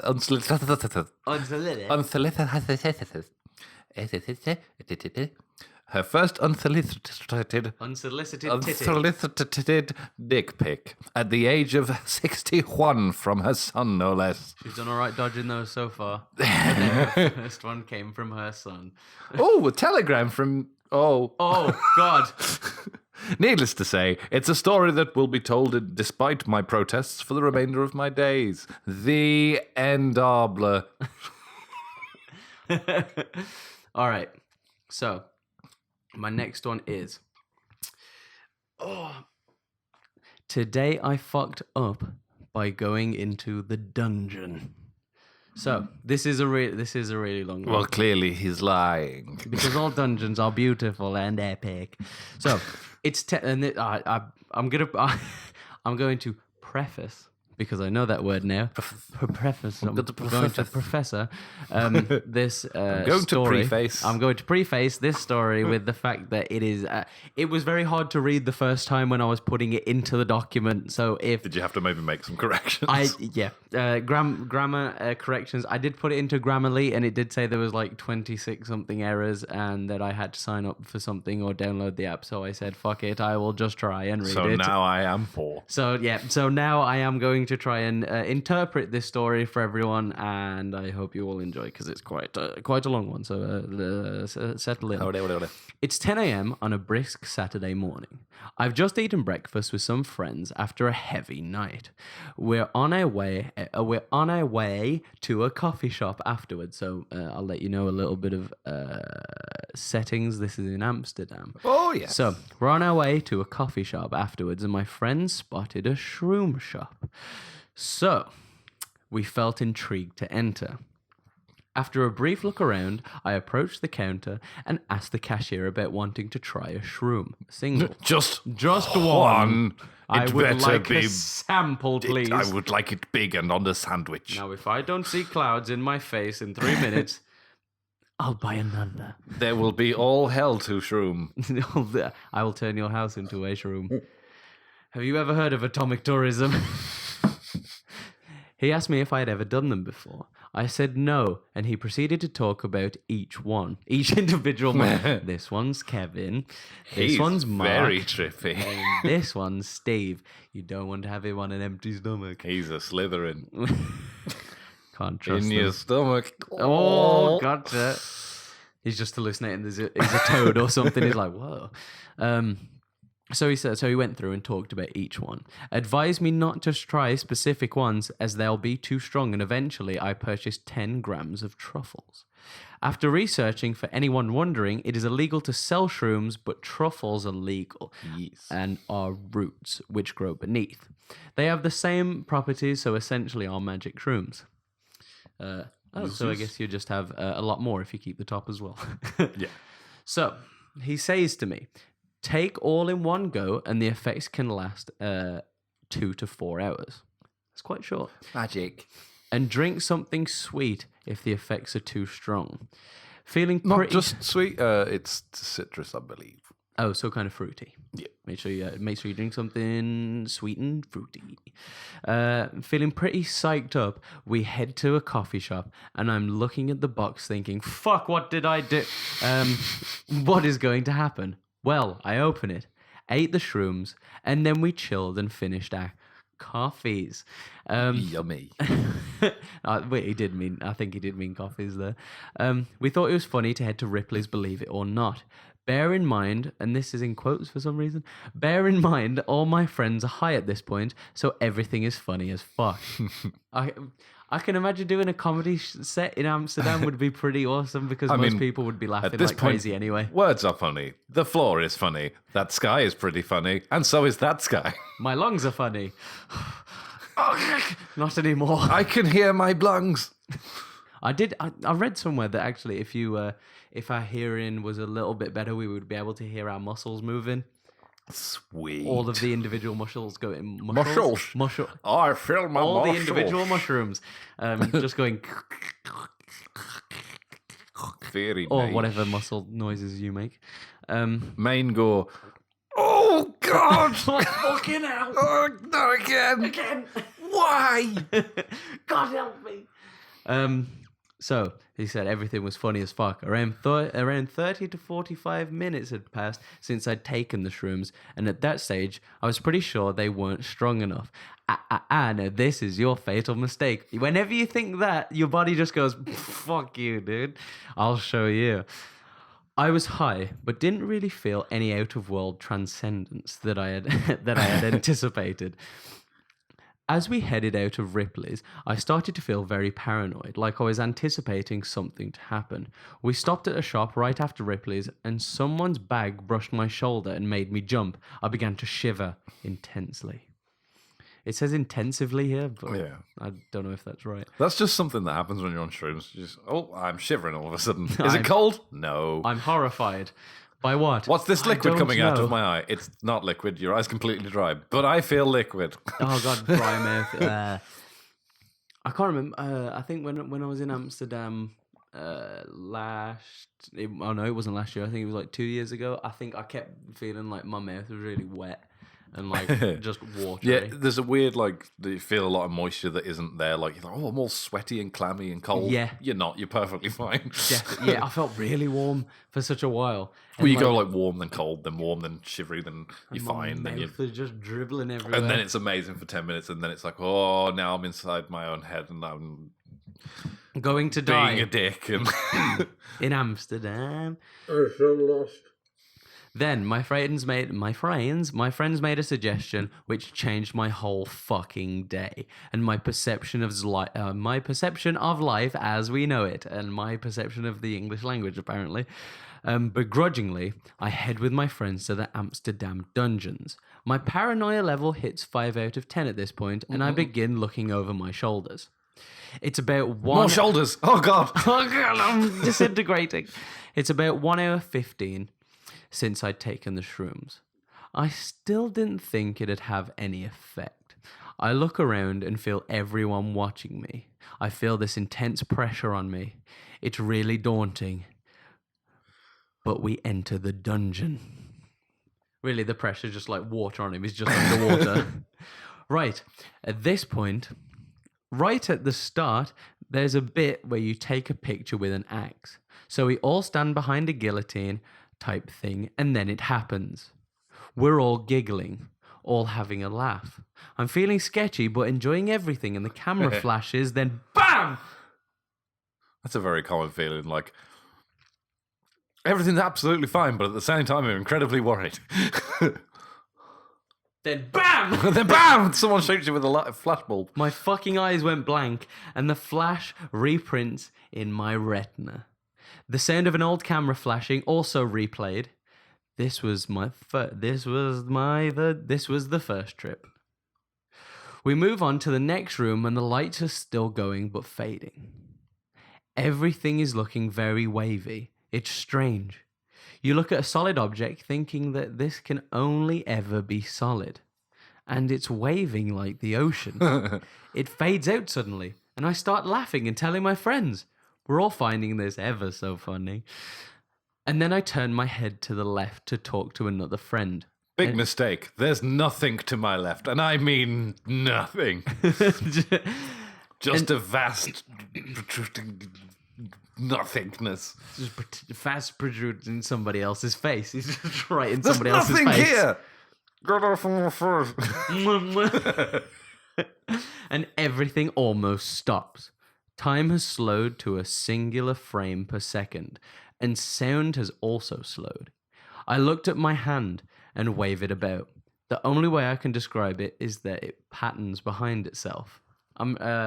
If you've ever done it before, if you get an old, like the old chunky TVs, if you put static or something on that and then wave your hand in front of it, your fingers look really bendy. It suddenly speeds. Oh, I can hear the drowned sounds of people trying to communicate with me. but it's almost impossible to interpret what they're But saying. it's too late. I've split from the group and I'm inside my own head. I've split from the universe, and I am now a god. I felt Bow like down before me. just speaking to a wall. I felt like my mind was still there, but I could no longer communicate through my life body. As opposed to my dead Death one. body. It suddenly speeds back up to reality and normal. Bear in mind, I'm still feeling wavy, but the trip was over. We head to the next room, which is where the whole thing went from fun to what I can describe in a single sentence. Inception crossed with The Ring. We're all sitting in a room, which we got asked to enter, Inception. and the lights go down, or the lights go out. A strobe light flashes on and off, and a girl appears dressed in a muddy white clothes and long dark hair covering her face. She wasn't part of the show. I was just hallucinating like shit. I grip my friend's hand tightly as they laugh. I begin to feel like a separate entity to my natural body, and at this point, I almost felt trapped. I wanted to escape. Each trip began to feel like I was entering a new level, a new wave, or dream. Whispers and sounds were talking to me really quickly. The light flashes, and the ring girl is standing right in front of me. I scream! And the scream repeated as the echo in my mind. I was convinced I couldn't escape. I was stuck in this never-ending trip with a trip of horror. With no advisor. So if you look to your left, you'll find a really nice hotel, and if you look to the right, you'll see the decapitated heads of your family. Oh, God! I'll rate that a 2. Everyone in the room is laughing, and the laughing coincides with my scream. And It's pure chaos. and repeats as an echo, which gets deeper and deeper. So he just... We move on to the next room. The trip fades, and I can start to communicate. I slowly stop having a stroke, feeling scared as hell and wanting this to end. Quite humorously, I ask my friend, I need some coke. The look of disgust from other people on the tour that I had said that, when I meant only Coca-Cola, following the advice earlier from the shopkeeper. But like everything while under shrooms, it is emphasized. Their look of disgust was my next trip. This woman, she looked at me. She was old and fierce. Her face looked angry rather than disappointed. She kept popping up everywhere. To me, it felt like everyone who I didn't recognize was her. I turned my head and she would be staring at me. I turned my head once more and we would be making out.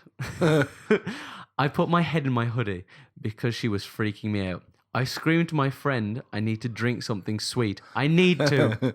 I need Coke. It is imperative. Bring me the Sprite.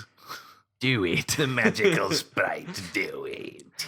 I scream at one of the tour staff to take me to the bathroom. Take me away. Welcome to the bathroom. Movtum. Hey. Get in. I I said, get in. I sprint to the closest one and lock the door. I look up at the mirror and my face, it begins to melt. My eyes melt down my cheeks. My whole perception of reality is totally and utterly gone. Awesome. I was asking myself questions like, what is the world of physics? What if the world of physics doesn't exist? What if the world we live in isn't really the world? And taking shrooms takes me to reality. What is reality? I felt like a dream within a dream. I don't know how to escape. I don't know what was real. I leave the toilet and tell my friends I need to go home. I've just realized that reality can be perceived differently. I need to go. You're me. Get me home. You, me, no, me, you. Let's go. Where? Yes. Out. Still laughing, one of them takes me home. The level of paranoia is 10 out of 10 at this point. I'm practically holding my friend and had a blah blah. So this is the first instance of it being really hard to read. So this is what it actually says. He probably shouldn't have written it while he was on the mushrooms. Probably shouldn't. So this is how it's written in the actual story. I practically holding my friends had the whole way home. Yep. So Okay. I practically held my friends the whole way home, which is how it should say. The cars would go past and then slow right down, as they do. All the sounds were heightened, and the world was fuzzy and wavy, like you could only imagine. This woman from the dungeon is following me. I scream at my friend to rush us home. This guy's getting really annoying, screaming at everyone. I get in, go into the room, and close the door.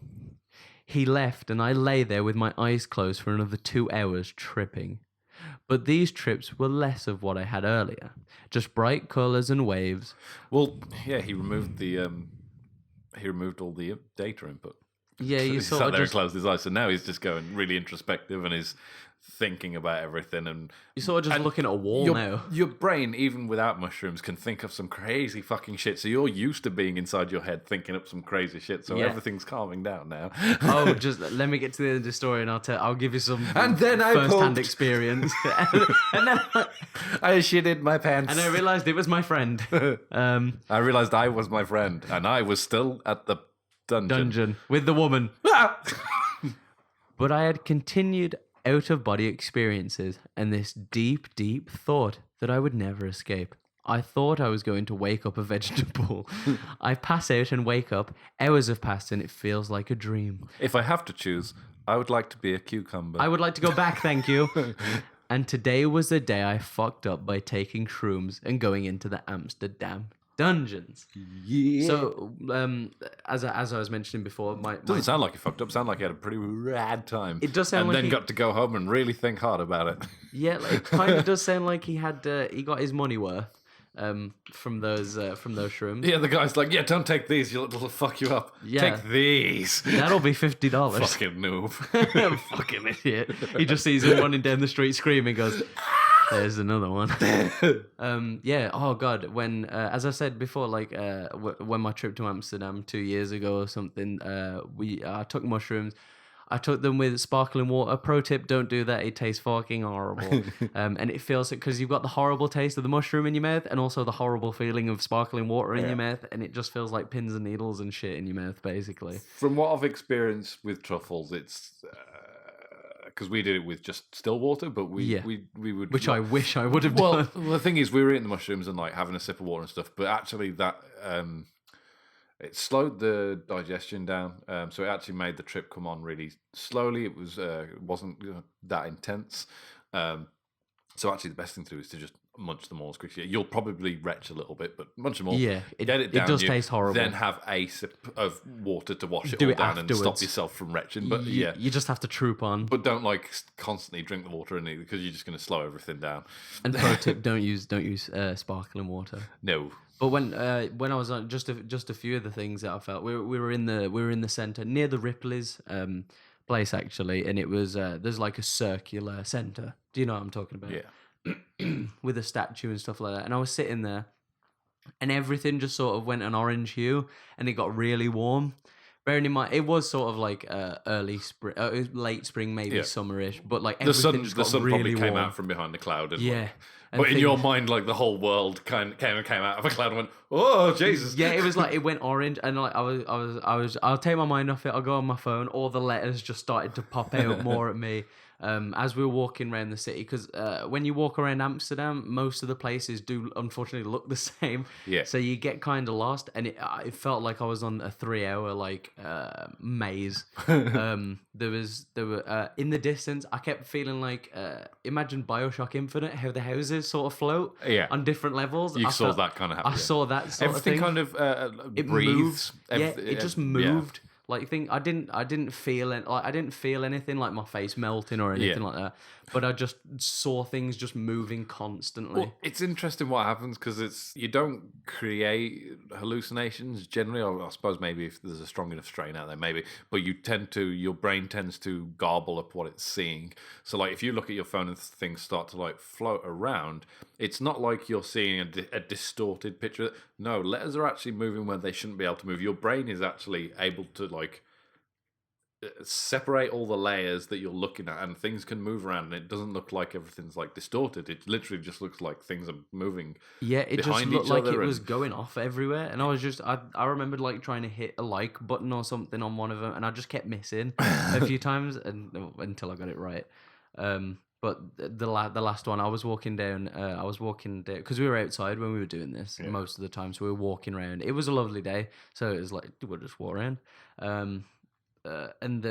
We went down this alleyway to probably one of the streets we've been on about 35 times before that. And there was some woman at the end, and I sort of was looking behind me, and as I looked forward, we sort of just looked into each other's eyes like really intensely. And you know, and you turned to camera and went, "She knows." Everyone's just looking at you. Like, what? There's just no one with me. I've lost my group. She knows. But like, you know, sort of in the cartoons where people get hypnotized and the circles would come out their eyes. Yeah. It felt like that was happening, and I do apologize to this woman beforehand because I just stared her right in the face, like. Probably like I went, no, yeah, like just a foot away, and I just went whoa, and like just skirted around her and ran away. Oh, you exist. So I hope I didn't offend her by going oh god in her face and running away. The great thing is you were both on mushrooms that day. She wasn't real. But yeah, I'll leave you to carry on reading Howard after my stupid Amsterdam experience. I shall read a little story called "Today I Fucked Up by Pranking My Son." My only. Or, well, after the last prank went wrong, he was my only. Well, you know, it says here he has teen boys, so more than one. Teen boys. I feel like I'm a pretty cool dad. I wouldn't say that I'm anything special, but I'm super easygoing, supportive, and encouraging towards my teen boys. Nice. Good dad vibes. For the last few years, Josh, my youngest, now 14, has been playing pranks and jokes on me, and editing the videos and my responses to show his friends. He's even put some on YouTube. Oh, he's going viral? Oh no. But they've never really taken off to the extent that he had hoped. Oh. Maybe we can get them there. If there's a link in the... We can watch it a Don't few help times. him. We need all the help we can get. Cross promotion. Everything has been fairly harmless, and I've never had an issue being the brunt of his pranks. I have, though, been secretly plotting my revenge. About 6 months ago, I contacted a TV network in my home country who put me in touch with the producers of a popular prank show aimed at the children. Oh, hell yeah. So just a few of the pranks at home got them on a TV show.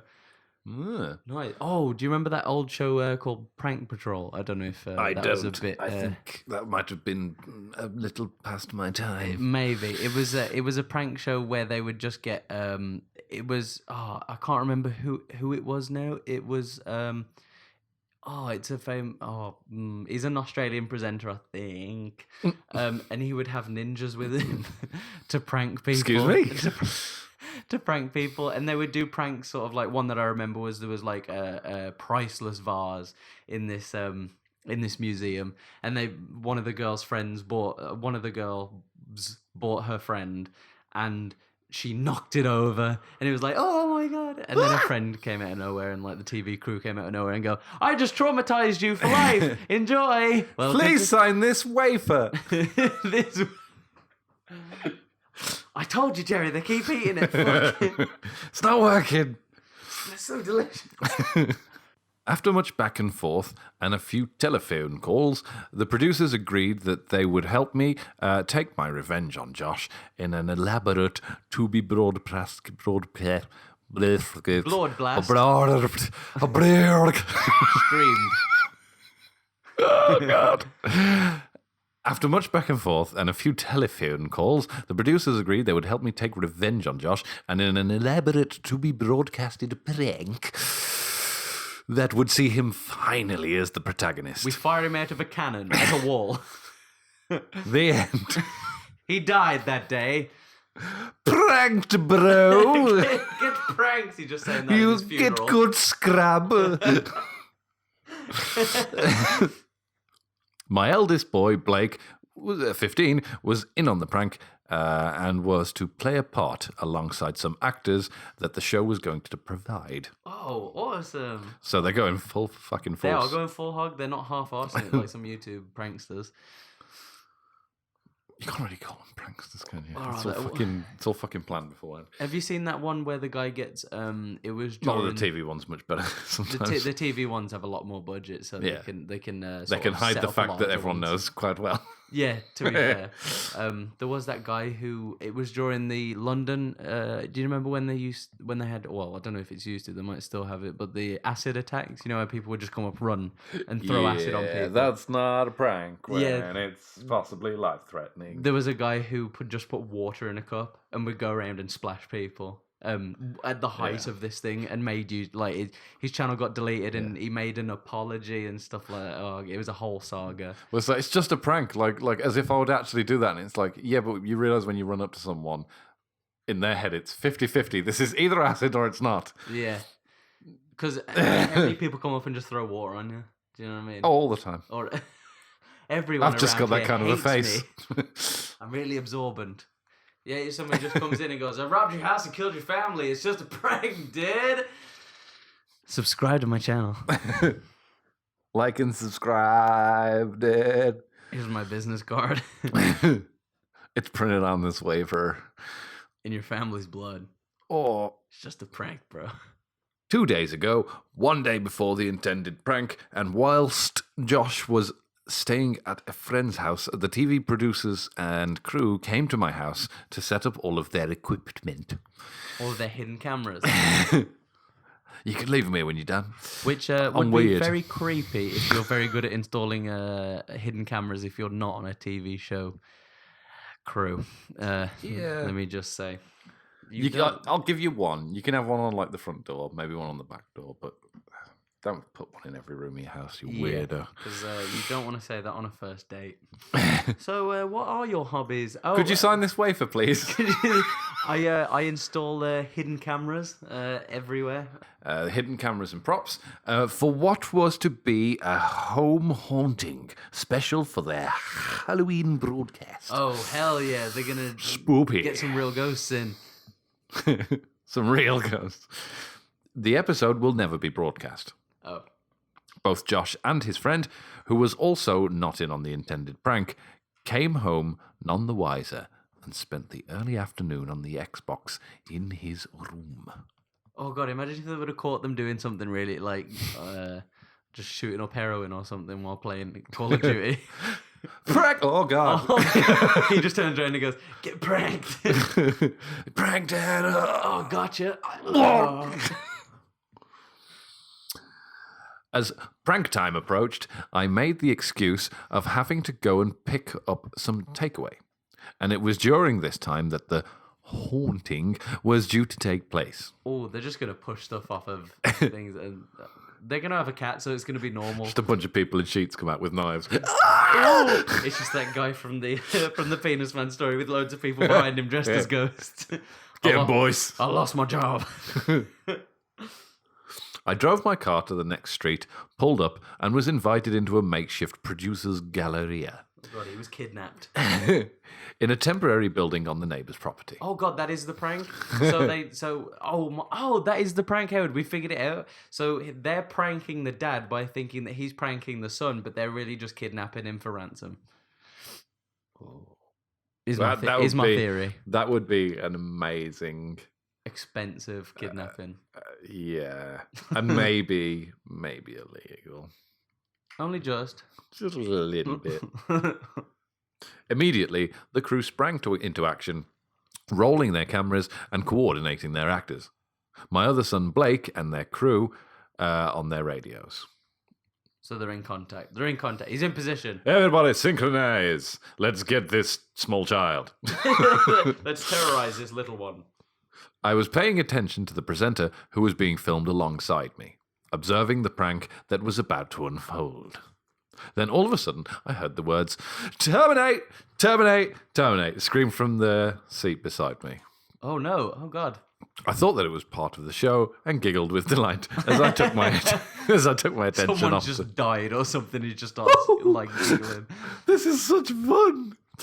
I thought that this was part of the show and giggled with delight as I took my attention off the presenter and faced the camera monitors next to me to watch the prank begin.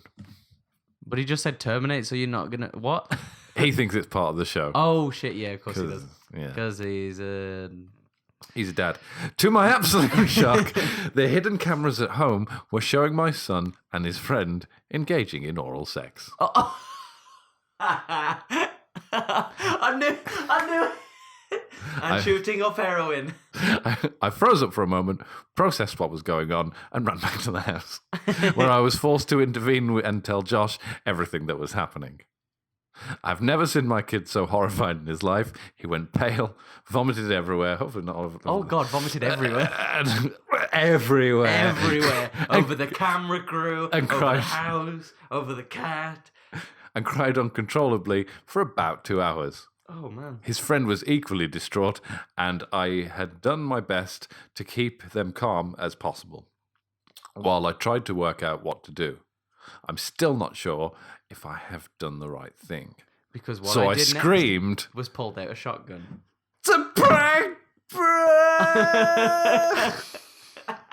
He sucked his dick like a pro. Way to go. That's my boy. Here's a medal. I booked a hotel and took both of the kids there. No, both of my kids there. And left the TV crew under my neighbour's supervision to pack everything up. I dropped Josh's friend to his house, but have not discussed the matter with his parents. Yeah. Because, hey, okay. I don't think anyone. Oh, he hasn't discussed any of it. No, you should probably told them about the prank stuff. Yeah. I'm still at the hotel tonight with the boys, and I have not heard from the producers yet. Why did you leave your house? Like what? We can never return. Burn it to the ground. Evidence and witnesses killed them all. Oh God. Josh hasn't really spoken to me or opened up all day. I'm not sure how to approach the not subject. sure why. It just went off. I just went off. Other than with apologies and support. I'm 90% sure Blake has told his friends, even though he says he hasn't. Today I fucked up. By pranking my son hardcore. It's just a prank, son. It's just a prank, kiddo. Let's move on to our final story. Today I fucked up by working on a cruise ship. Oh boy! This is a big fuck up. It does say that. It says right on the start. Oh boy! Yeah, boy!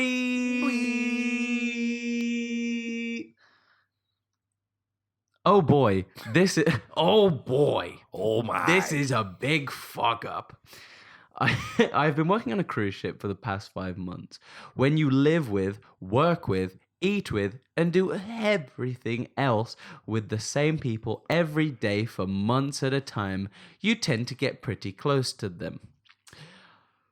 I was the bass player in a cruise ship band. Quickly made friends with the drummer from Brazil. This was my first time working on a cruise ship, and this has been a goal of mine since I was just a wee lad. I love boats. I love water, but not that much. I want to be just above it on some kind of floating platform. Hopefully they make one day. What's this? What's this ship? A boat! 10 days from the end of my contract, me and my drummer friend decided to go out in port and have ourselves a memorable day. Too many beers later, it was time to get back to the ship. We, being the crew, have a sharp deadline for getting back to the ship. The problem was we, in our drunken stupor, got a little too far from the ship. We had traveled 35 miles away. No. My friend and I made it. We were totally out of our element. We were on land. We were on the moon. Or I doubt we'll get back in time. there's no ocean up here. My friend and I made it back to the port with about 5 minutes to spare. But that wasn't enough time to make it through customs and back to the ship. Of the two of us, I had more to drink. Therefore, I was the one who had the genius idea to Therefore, hop the I was fence. the one who would do all the talking. Hello, I'm Need to go on a boat for? Oh, it's boat. You, me, boat, Boat me, now. you. Me bass. Help. He boom boom z boat. Floating platform! He goes over to hand over his passport, but he just hands over a leaflet for the bar he's just been at. As you can see, my credentials are in order. Thank you very much. Happy hour 3 to 5. That's me. So, of the two of us, I had more to drink. Therefore, I was the one who had the genius idea to hop the fence and make a dash for the ship. Well, the customs officers had a different view on how good of an idea that was. The two of us hopped Look the at those fence two fucking idiots. and immediately got busted. Just like, fucking hell. They're doing it. It's like a 30-foot fence, so they can just see them for like 5 minutes climbing down. They're like, I don't think anyone's seen They us. jump over the fence and just land next to someone. And it's turned to him. Shh.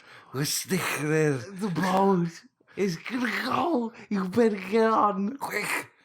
Drink your poo. He just pulls out a flask and he goes, awesome. How can I drive the boat? Don't tell anyone. Don't tell the... And then he just looks at his nameplate. The customs officers. Don't tell anyone. Captain. He just starts to sneak on. The captain just sneaks behind him. Yay. I'm gonna catch some I've never- idiots. I've never snuck onto my own ship. I love it. I love these guys. The ensuing police debacle not only got us in trouble, but held up the entire cruise ship. The captain came down on shore and said, "Let's sneak back on." I never leave my boat for anything. Who are these nerds? I've got to go drive the big boat. Bye-bye. Would you like to come with me? You know the big and the bronze war key. Just pulls out a 1 litre bottle of soda. He goes, "Take this will help." But it's Why? lower fuel. No, me. Not lower Some fuel. gas from my ass. Just put it in my veins. There's already a hole. It's called my mouth. No, not that one. That's my other mouth. Bent over. That's This isn't my passport. this is Sparta. Bye now. Just kicks a guy off his ship. Just the customs officer that's got him. He goes, no one else has entered the ship. It's just these three drunk guys, and he goes, "All aboard!" They're just in the middle of the ocean.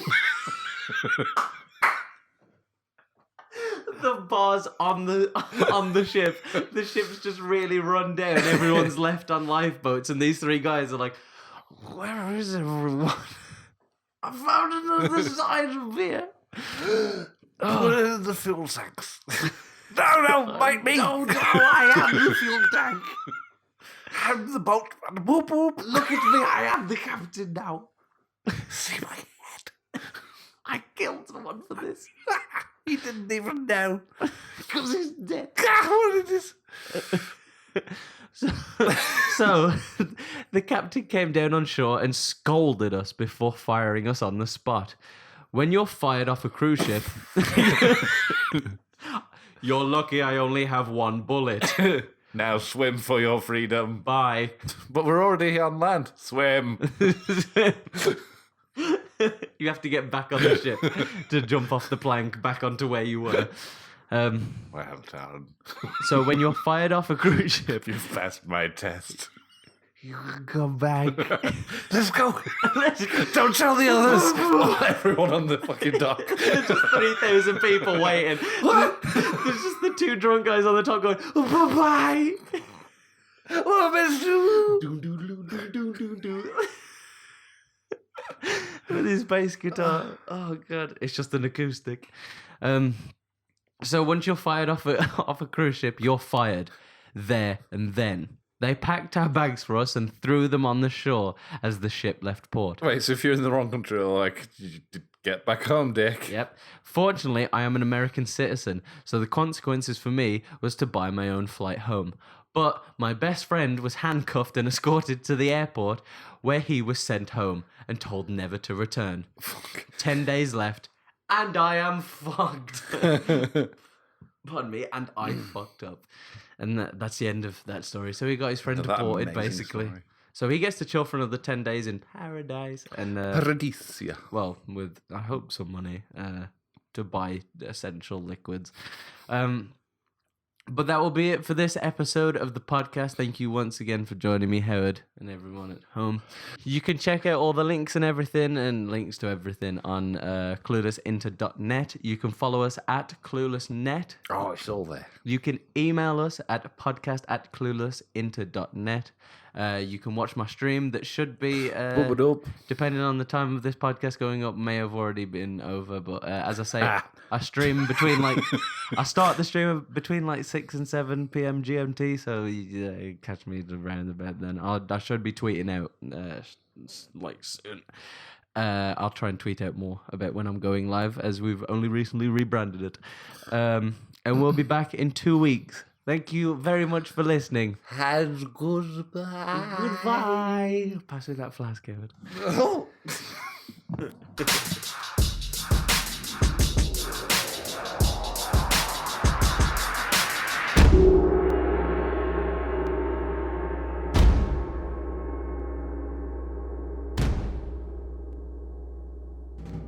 That was amazing. I started crying towards the end. That was good. That was very fun. I really actually like those characters. I want to do something stupid. A mime that just screams everything and a whole SWAT team of marionettes. Amazing. Coffin boy. It just cuts to a really bad a hand with just the cuffs taped to the hand. It's just slapping it on the guy's face. Yeah, while he's asleep in bed. Don't let him get away.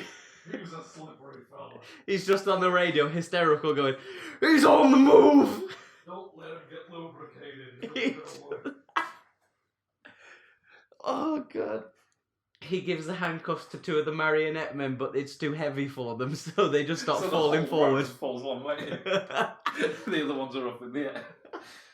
I'm gonna have a cigarette because, oh my god. Oh my god. This went on longer than I thought. With everything, because I've got to get my bloody hair cut tomorrow. Oh, it's going everywhere. Blood everywhere. Blood everywhere. Coffin boy.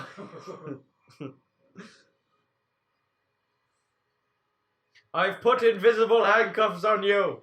Anderson's got a paper cut. Man down.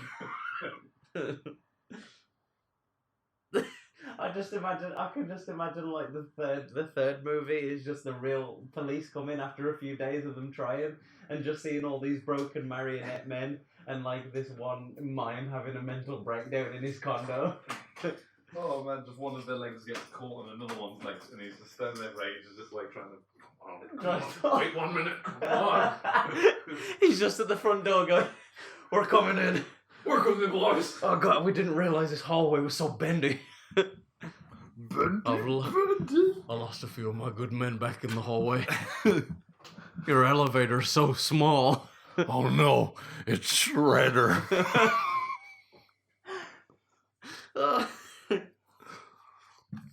That's your people's worst enemy. And then you just hear one from the back going, what do you mean, you people? What's our motto, boys? Nothing a bit of glue can't fix. Never fold. Never fold under pressure. Unless it's mine. That's right, boys. I created you. Once more into the fold, boys. I can take you out of this world. I brought you into this world and I can rip you up and throw you Throw away. it out. All right. You slut. Do you want to read the first one, or do you want me to Sure, I'll give you a break. tackle it? Do you want to do Today I Fucked Up by Getting Engaged?